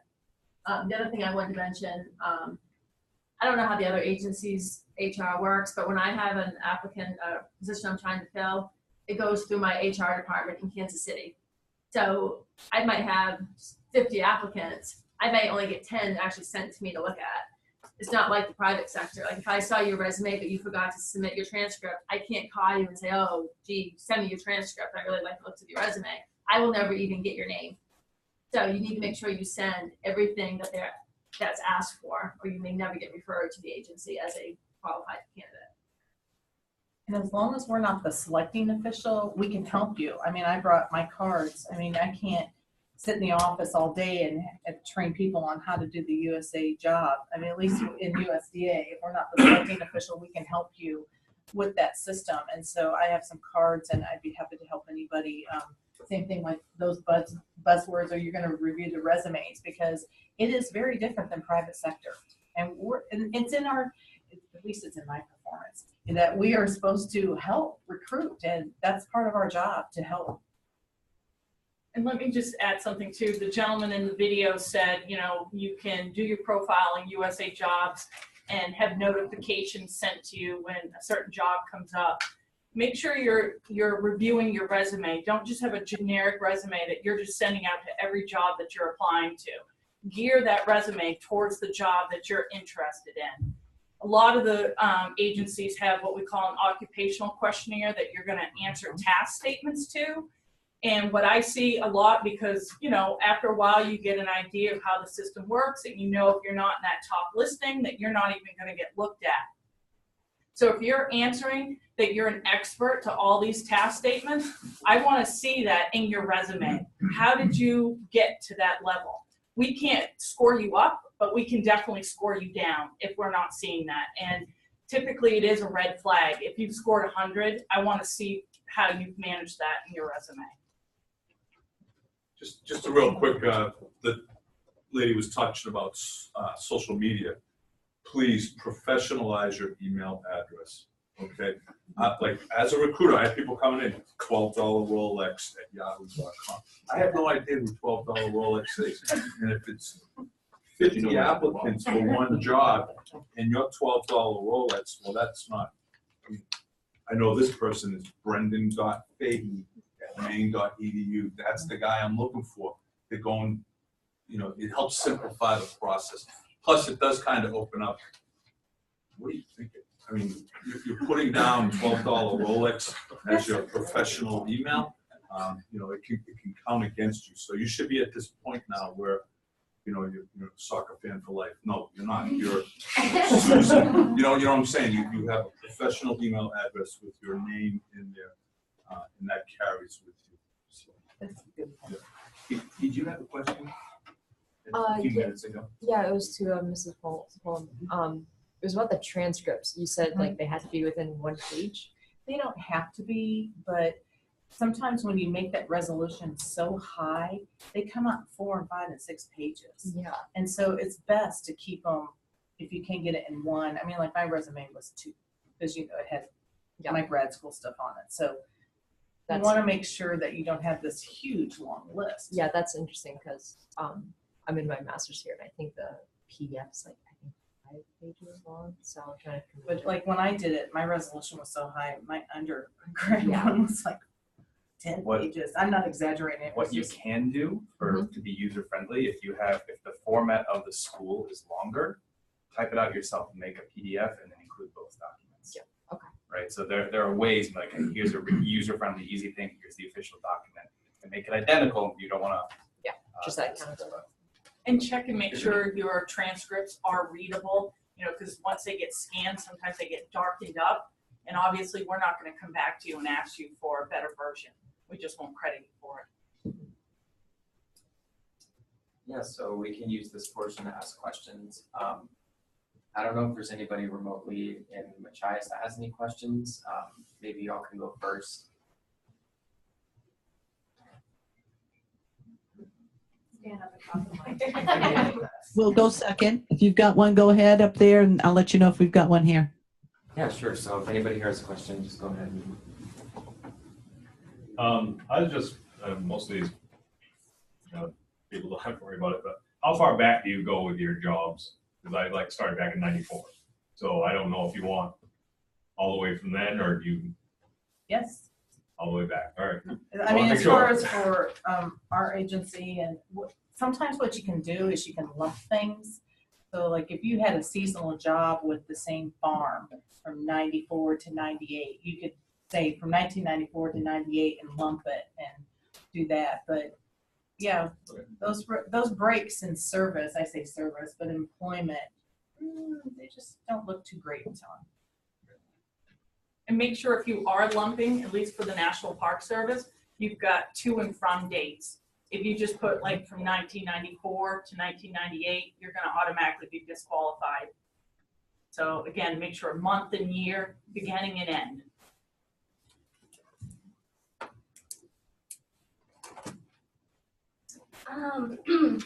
Well, I'm with the main campus, which is the school newspaper, but I had a question.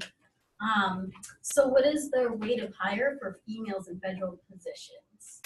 I can speak to mine. Do you want to speak to it? I don't know the official rate, but within our state office with 7 or 8 employees, we have 2 men. Our political appointee is me and we have 1 other man. So we have a very high ratio of women in our agency, but it's not, it's just, I think it changes from time to time depending on who applies. There's no, like I said, I don't know what the official ratio is for the federal government, but. Is it female friendly? Oh, yeah. So a good resource for you is fedscope.com. FED, and for everybody here, scope.com. You can go to every federal agency and you can look up all the demographics. How many females, how many males, by race, by employment, everything. It's operated by OPM, which is our Oversight and Evaluation Office of Personnel Management. And it's managed by IBM Cubes. So you can pick, different things and you can find all that information. It even breaks it down by grade and every state, by every single state. So you could go right now to my agency, NRCS, and you can see how many total employees by Maine, how many females, how many by race, everything. It's a fantastic resource. This is a question for the FBI group. You had mentioned your you call it collegiate hire. Is that technically an internship or is that a full-time position? Full-time position. Okay, so it's like, but is it treated differently than going straight to like FBI, your hiring website, or is it? So I have a handout, but it's also on our website. So the collegiate hire positions are mostly our entry-level positions. Sure. And again, the more flexible you are with relocating, the more opportunities you have. Because if, let's just say you only want to work in Maine, well, we have very few positions in Maine. But if you are flexible, then there's 56 field offices throughout the country that you have more opportunities for. But if you go onto the website, it will definitely show you the specific career path for the entry level positions that you'd be eligible for. Thank you. And then also, if you do get on as an intern, our intent is to hire you full time. So again, once you graduate, then we would try and flip you into one of those entry level positions as well. Yes.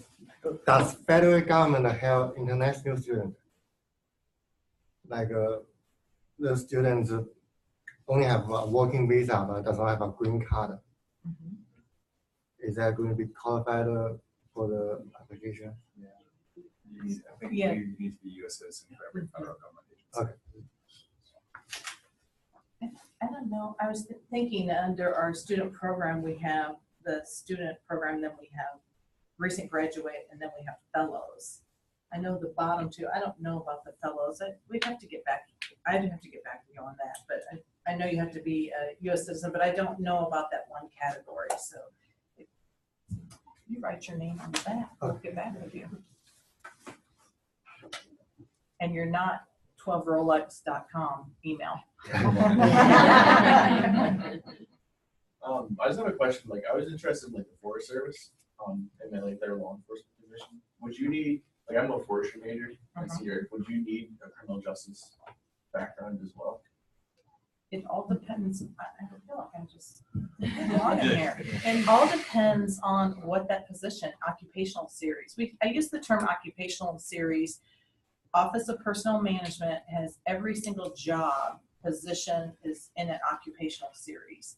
And it would depend. If that was advertised as a forestry position, then you'd have to meet the educational requirements for it as a forester. If it was advertised as a law enforcement position, you would meet that. And they have different numbers and stuff. But again, another resource is opm.com.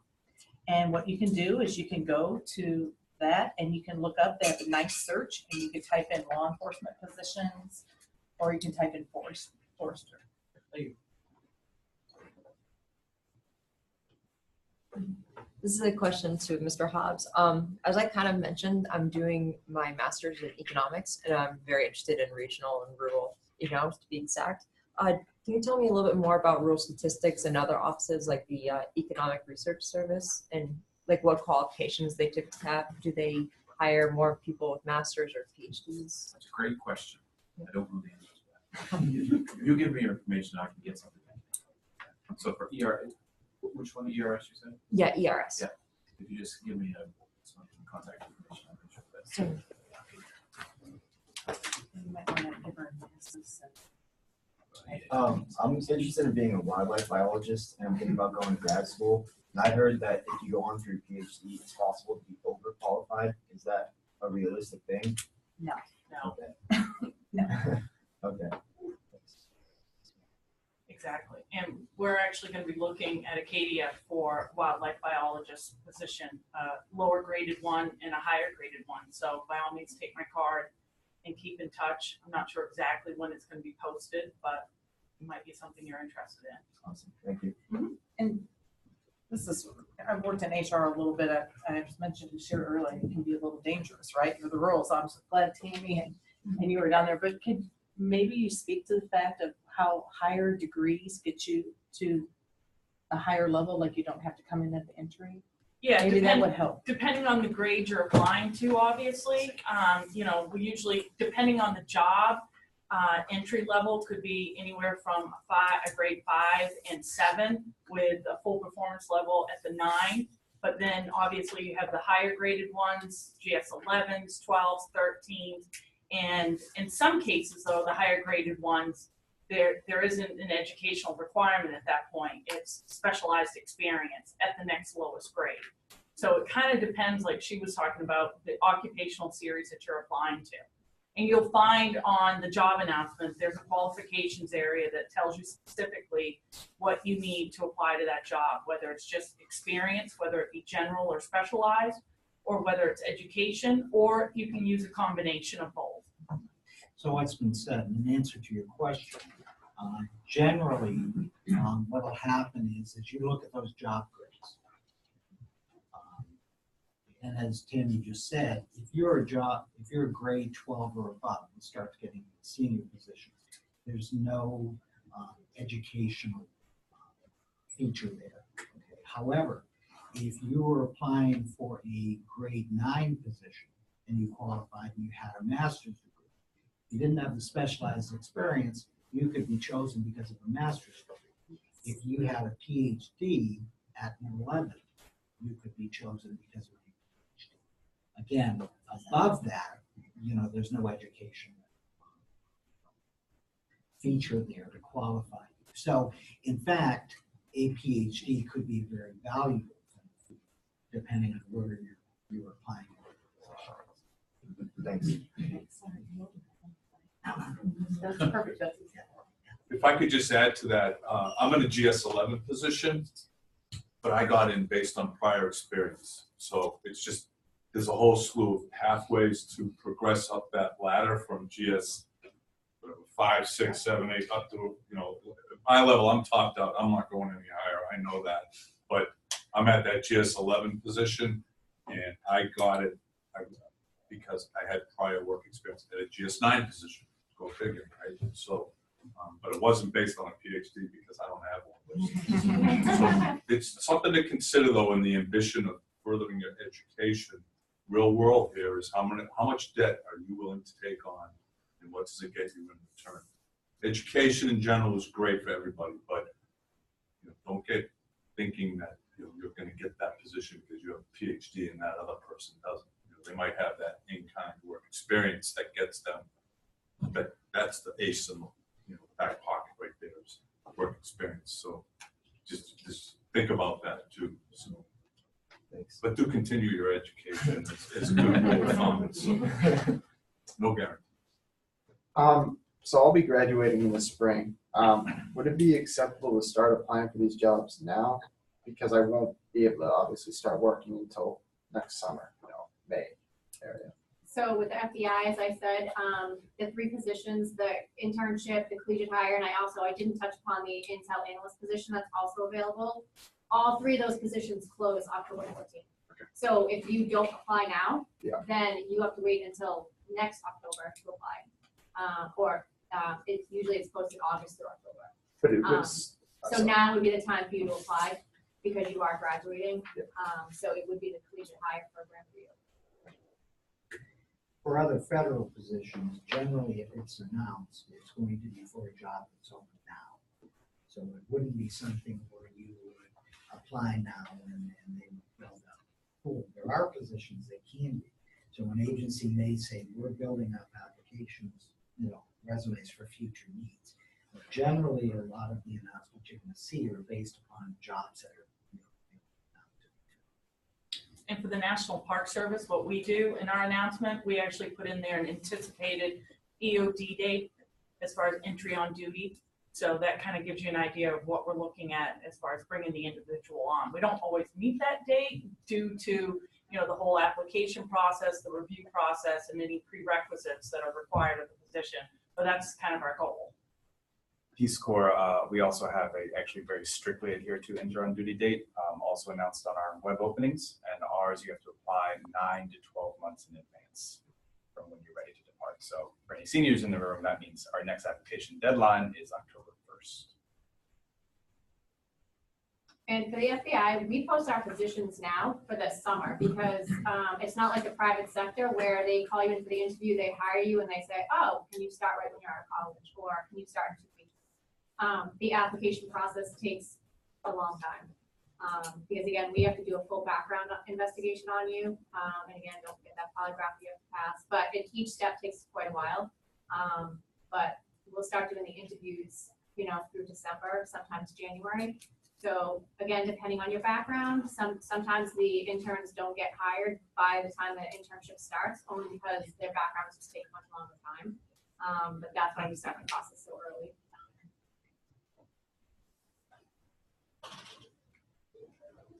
My question's both for the duty and the FBI. I'm doing ROTC right now, and if I am given the opportunity to enlist, and I were to sign a contract, and I had to, serve like 7 years, but I were to do the guard route, where I just have to give like a weekend a month or 2 weeks every summer, could I still have, like, apply for an internship realistically for the FBI or a job, or would I need to have completed my service before doing that? Well, if you're not gonna be available for the 10 weeks for the internship in the summer, then you couldn't apply for the internship program, because you have to be available for that full 10 weeks. But if for a full-time position, you are able to have that experience, be a member of that ROTC. But if you want to do the summer program, then you have to be available those 10 weeks. And just to add to that, I think specifically after college, if you are now in the National Guard, your unit, because National Guard requires 1 weekend of training a month, every month, and then the 12th month is 2 weeks of annual training. Your unit will grant you a pass so that you can continue the 10-week continuous FBI training. I was in the National Guard, I was U.S. Army, then I was National Guard full-time. We had a lot of part-time soldiers down in Austin, Texas that were with border control, and they would go out to New Mexico, and we just grant them, yeah, sure, we get it. You're gonna be gone for 10 weeks, 12 weeks, whatever it is, and off they went. It's kind of no different than, excuse me, somebody in the unit who has to go to NCO training academy to get their training at the next level. They're gone for several months. Yeah, okay, see. So the unit on the Guard side, we're quite flexible with your professional commitments, because that's your full-time job, and we get that. We want you to stay in the Guard because we're in part supporting your civilian progression. So. And on the flip side of that, we as an employer, if you were there for 7 years, like we have many people who start as full-time employees, but then they have to fulfill their obligations to the military, and they go on their 2-week training or wherever they have to go. How about timing, I guess? Thank you very much. Question. Can you speak to like someone who maybe doesn't have interest in federal government, but you never know where your options may be? Could you speak to like the benefits of working for the federal government? I know like civil servant, you can get like different salaries over years, there's health benefits, job security. Could you speak to some of those benefits that maybe you've heard as well? Sure, so we have a great healthcare option. So we pay 40%, the government pays 60%. We have what's called a thrift savings plan, which is a retirement plan. Again, as long as you give a certain percentage, the government will match that. So if you give 3%, you get 1% automatically, and then they'll match that.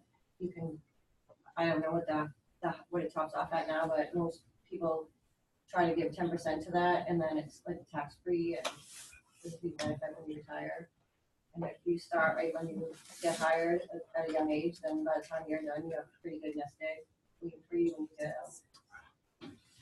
out. I think we all probably can, mention one thing that is a nice benefit. One thing that hopefully not beating a dead horse about, but I was on USA Jobs, back in the 90s when I transitioned from the Navy to the FBI, and you can just put in, a state or a region that you want to work in, and I think you really would be surprised at the variety of different federal jobs that might be available in a place where you have family or that you've always wanted to live. So to me, I think it's the flexibility to work anywhere is a huge benefit. The other benefit too is like the military, from the military perspective, if you do 4 years in the Army and get out and join the federal government, that 4 years you can buy into you get credit for that time in service towards your federal pension. And that's another thing too. We do have a pension as well as all these other benefits that we were talking about, where the government's just going to straight up give you a check every month. Now that's in addition to how much money you've contributed to your retirement account. But if you look at the real world out there now, pensions have been eliminated for years now, and 401ks have become the new norm. And unfortunately, for most people, they're not saving enough for their retirement. And you can read the nightmare stories out there on any like MSNBC, people that are not prepared for retirement. And it's a sad story, but it's reality. So when you start thinking about jobs that offer pensions, like the military, the federal jobs out there. Yeah, it doesn't sound very elaborate and luxurious like you're working on Wall Street, but you know what? It just helps take care of some of those financial burdens that we are all going to be faced with as we're nearing retirement. So I know you're young. I get it. I understand. You want to do something wild, go join the Peace Corps and live in Madagascar for 2 years. I think that's great. It's the world, it's an adventure, but you know, there are certain things that you have to take care of as you start moving forward. And one of them is look at the benefits of the job and those things that aren't like, they don't seem all that great, but they do become more significant as you get older. So. Also, I just think the pay scale is very interesting. I mean, the pay scale can be halted by any president or Congress at any time, but let's say you apply for a GS5 position, or let's say just GS5 seasonal position. You will not really move from that position while you're a seasonal, but once you become permanent,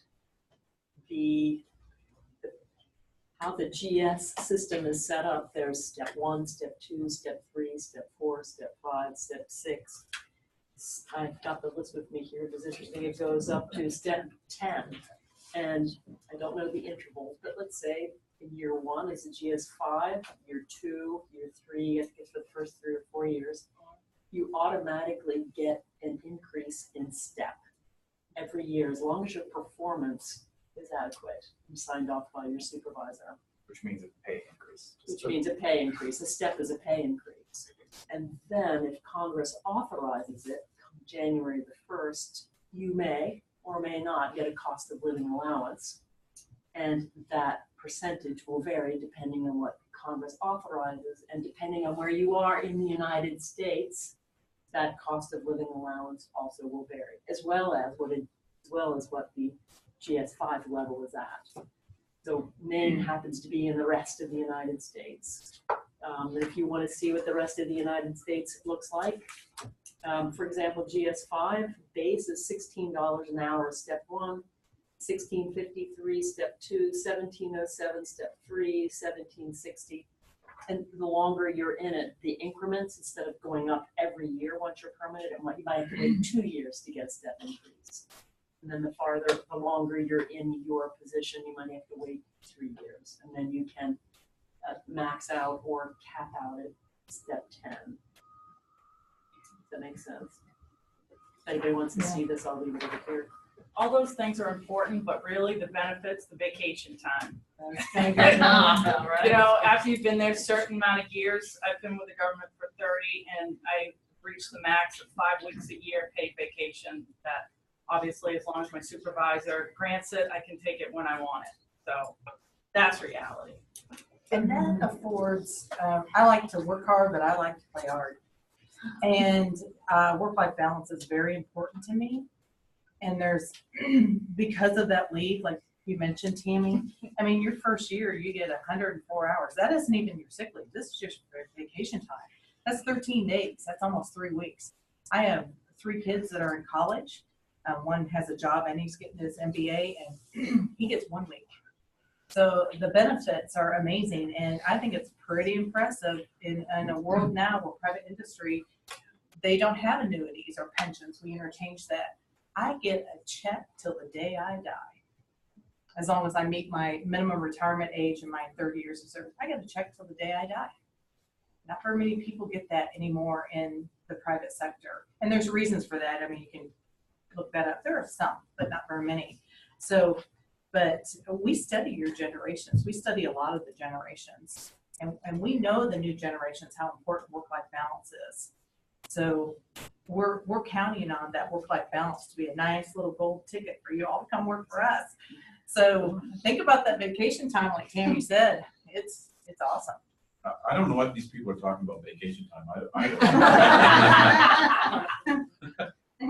I'd like to top that off. The good part is sometimes when you work for a private industry, in January you have to pick when you want to go on vacation. So you have to know, okay, I'm going maybe 4th of July weekend, but someone higher than you is going to take that weekend. So now you have to pick a different week to go. For most of us, we can decide today that if we can, we're gonna take next week off. We're gonna take the week after, or like tomorrow, if, as long as, you know, your supervisor's okay with that, something like that. We, the federal government, for us, we also have what's called a student loan repayment plan. So if you come to work for us, we have that, and we have, there's two different versions of it, so depending on what we qualify. The other is UEP, it's the university, you know, I wanna see what it stands for. It's like, but it's to pay you back for your student loans. So you have to work for a certain amount of time with us before you can apply to it. And then depending on what your job function is, makes you more competitive or less competitive. So it's super competitive. We have a ton of kids right now who applied for it. And there were so many people that applied this year, they had to divvy it up. Usually they pick a certain few and then they figure out what the portion is that you're gonna get. A girl that works with me just started in a year, it will be a year in January, and she got a $6,000 repayment towards her grad school. So it's a huge benefit if you qualify and do well in school. So even once you get hired with us and you want to then go on to grad school, we'll help you pay for that. I also have a question. Like in the private sector of forestry, the whole industry itself is increasing in age. There's like a whole new influx of needed employment. Do you kind of see that at the same level as the federal government, like the next like 4 or 5 years? I thought it was the last one, you can find that on the EdScope too. I was thinking the average federal employee, isn't it like 43.5? It's in the 40s. So if you think that under the civil service, which was prior to 84, they can retire at 55. Demographics shows most people retire 3 years past their eligibility. But if you think of that, in our new retirement system, it's based on when you came on. It's called a minimum retirement age. So most of it's what, 56, 57. But anyway, not to just throw all these numbers in. The point of it is, if the average federal employee is 43, and even if I'm off a couple of years, 45, you're with 10 years on the other side, right, being closer to retirement. So yes, it is. And that's why a lot of agencies are looking at those succession plans pretty serious.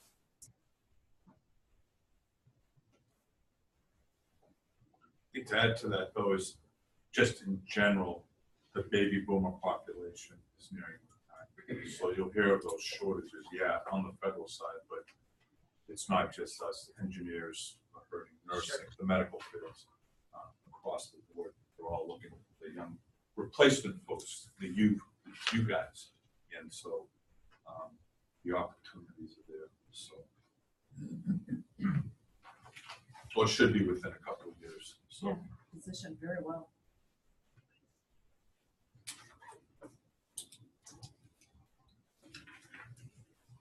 Could you talk a little bit more about the pension structure? Like how long you have to be to get that? Technically, you're eligible after 5 years, but it's Yeah, it's really, really tight. Yeah. It's almost meaningless. I think every year you work after 5 years, it's the average of your top 3.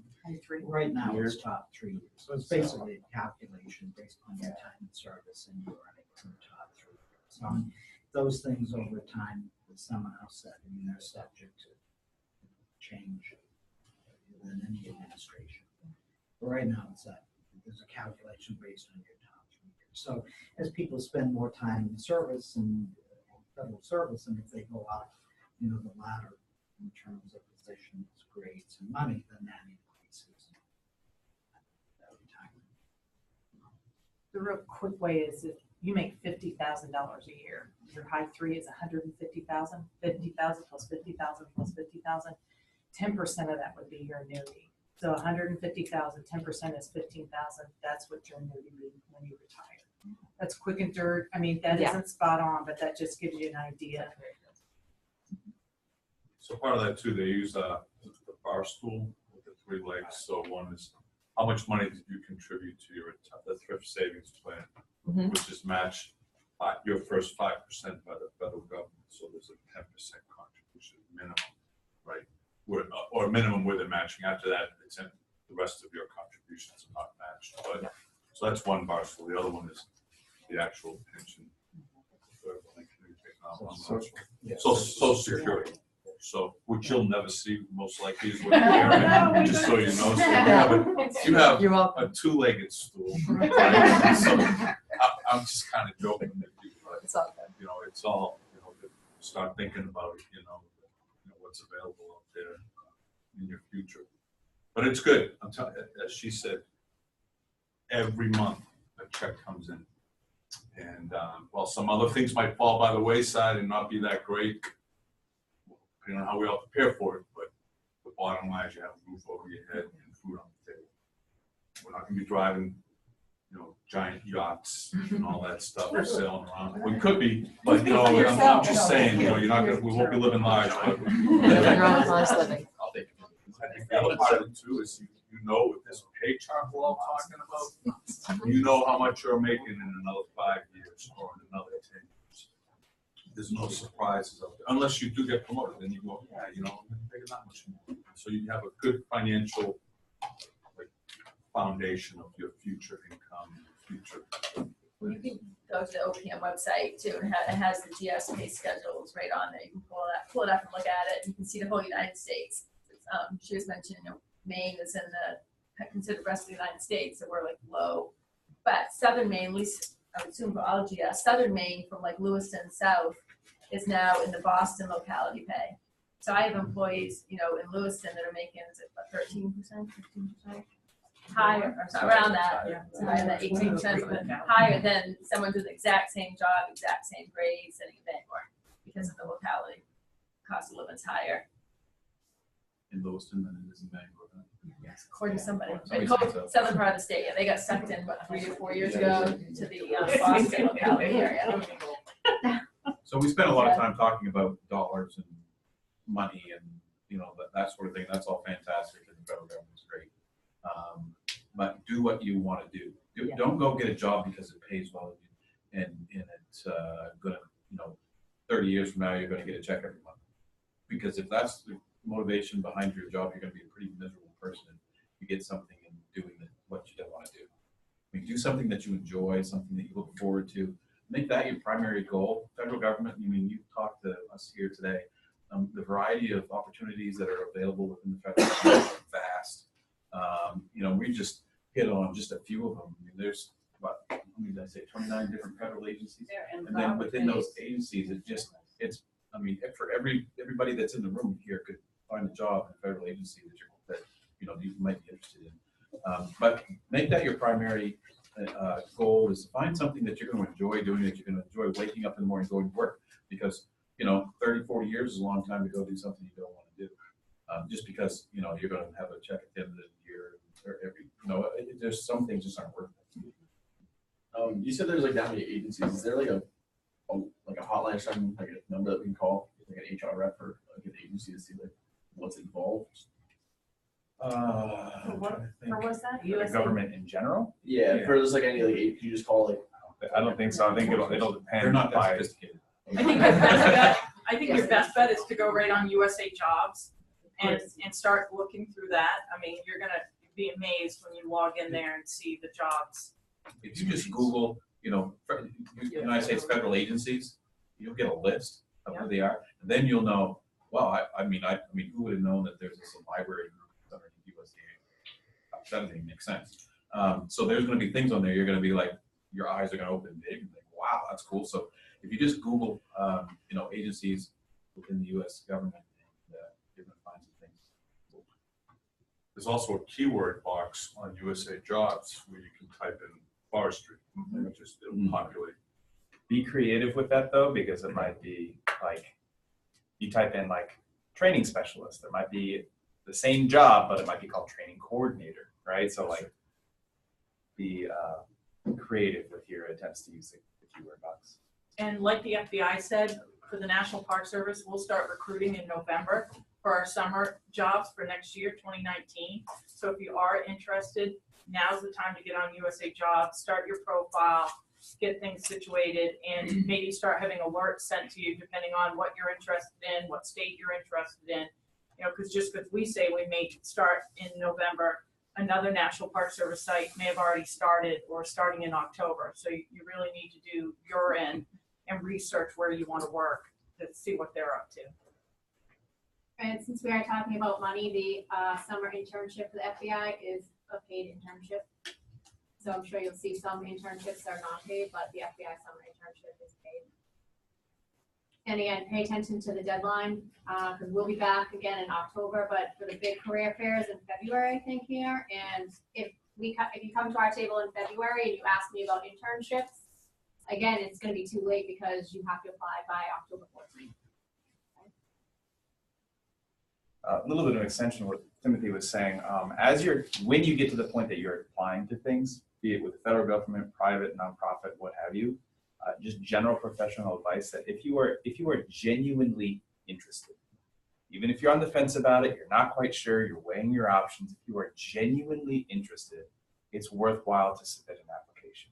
Because all you're doing for grad school, for this, that, everything, right? Because the idea being is that you want as many options on the table for yourself that you can make the best decision. And once you have more time to sit with that, you can always withdraw your application. Should you have thought things over and say, you know what, I'm not ready for that right now, I might apply to get a little late. You act very professionally, say thank you for your consideration, I'd like to withdraw my application. You can reapply later, no harm, no foul, right? But be very liberal-minded in your attitude about whether or not to apply to something. And if there's anybody here, I can speak for RD because I'm the boss. So Tony can correct me because that's what he does because I don't know all the HR stuff. If there's anybody here that's interested in, say, rural development or what do you have and you want to talk further, or you want to come in and sit down with somebody that does a specific job, and I'm not going to speak for the other agencies, but we would be more than happy to entertain you and have a conversation with you. There's things we can't do, but there's a lot that we can. And so if you're interested in a particular job at rural development, then speak to me, grab my card, and I'd be more than glad to help you. I'm sorry to be impolite, but I have to go to a class, but I was really hoping to get your business card. Is that Yeah. super rude? No, not at all. Yeah. I think you guys have all taken the great first step. I mean, you found out about this seminar and you're here. So, I mean, that's a great first step. I have kids that are in high school and I'm trying to encourage them to talk to people that are in different professions that they might be considering, just so that those people can tell them, this is what I love about my job, this is what I hate. If I had to do it all over again, this is what I do. And as as we near the midpoint of our careers, we're more than happy to share those opinions with people that are maybe just starting out in the workforce. So really do take advantage of reaching out to us and asking to come visit the office and talk to people to find out what it is that we like about the job and maybe some tips about how to apply. Can I ask a question? How many of you have changed majors since you started? Wow, I thought there would be a lot more than that. I have two kids, they're both in their second major, I guess. And it kind of goes to what the gentleman was saying down the table. You kind of, you get out, you try something and you don't like it, and then you change it. And so you can expect that to happen in your career as well. I know this is a career fair, but be open to exploring. You're gonna, you may start a job thinking that's what you're gonna do for the rest of your life in forestry, and you start it and you get distracted by something else that just went by that was even cooler than what you're doing. So once you get in federal service or within federal government, the opportunities to travel that line up and down are pretty amazing, really. So don't think that whatever you apply for today, you have to stay in Princeton for the next 4 years.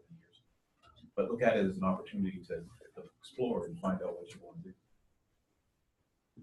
And for those of you here, the FBI has pamphlets, and then anyone out there that is leaving, anything that we have on the table is on the website, but feel free to stop by and take a pamphlet for the internship and some of the disqualifications.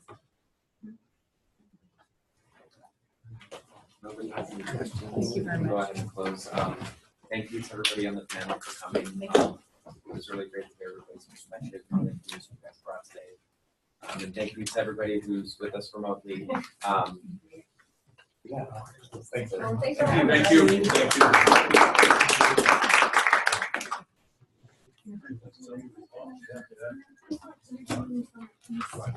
Hi. Hi. Nice to meet you.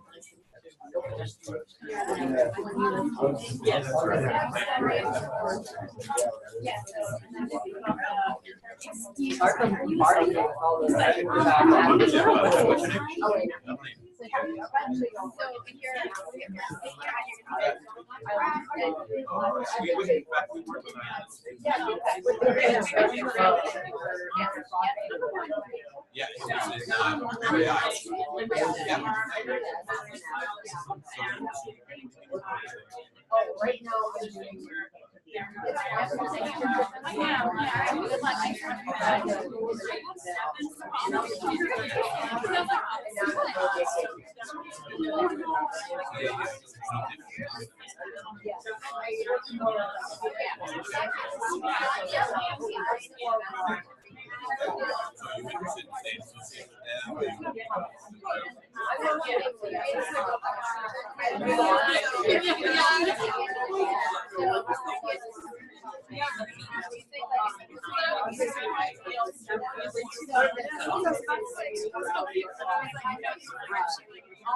doing.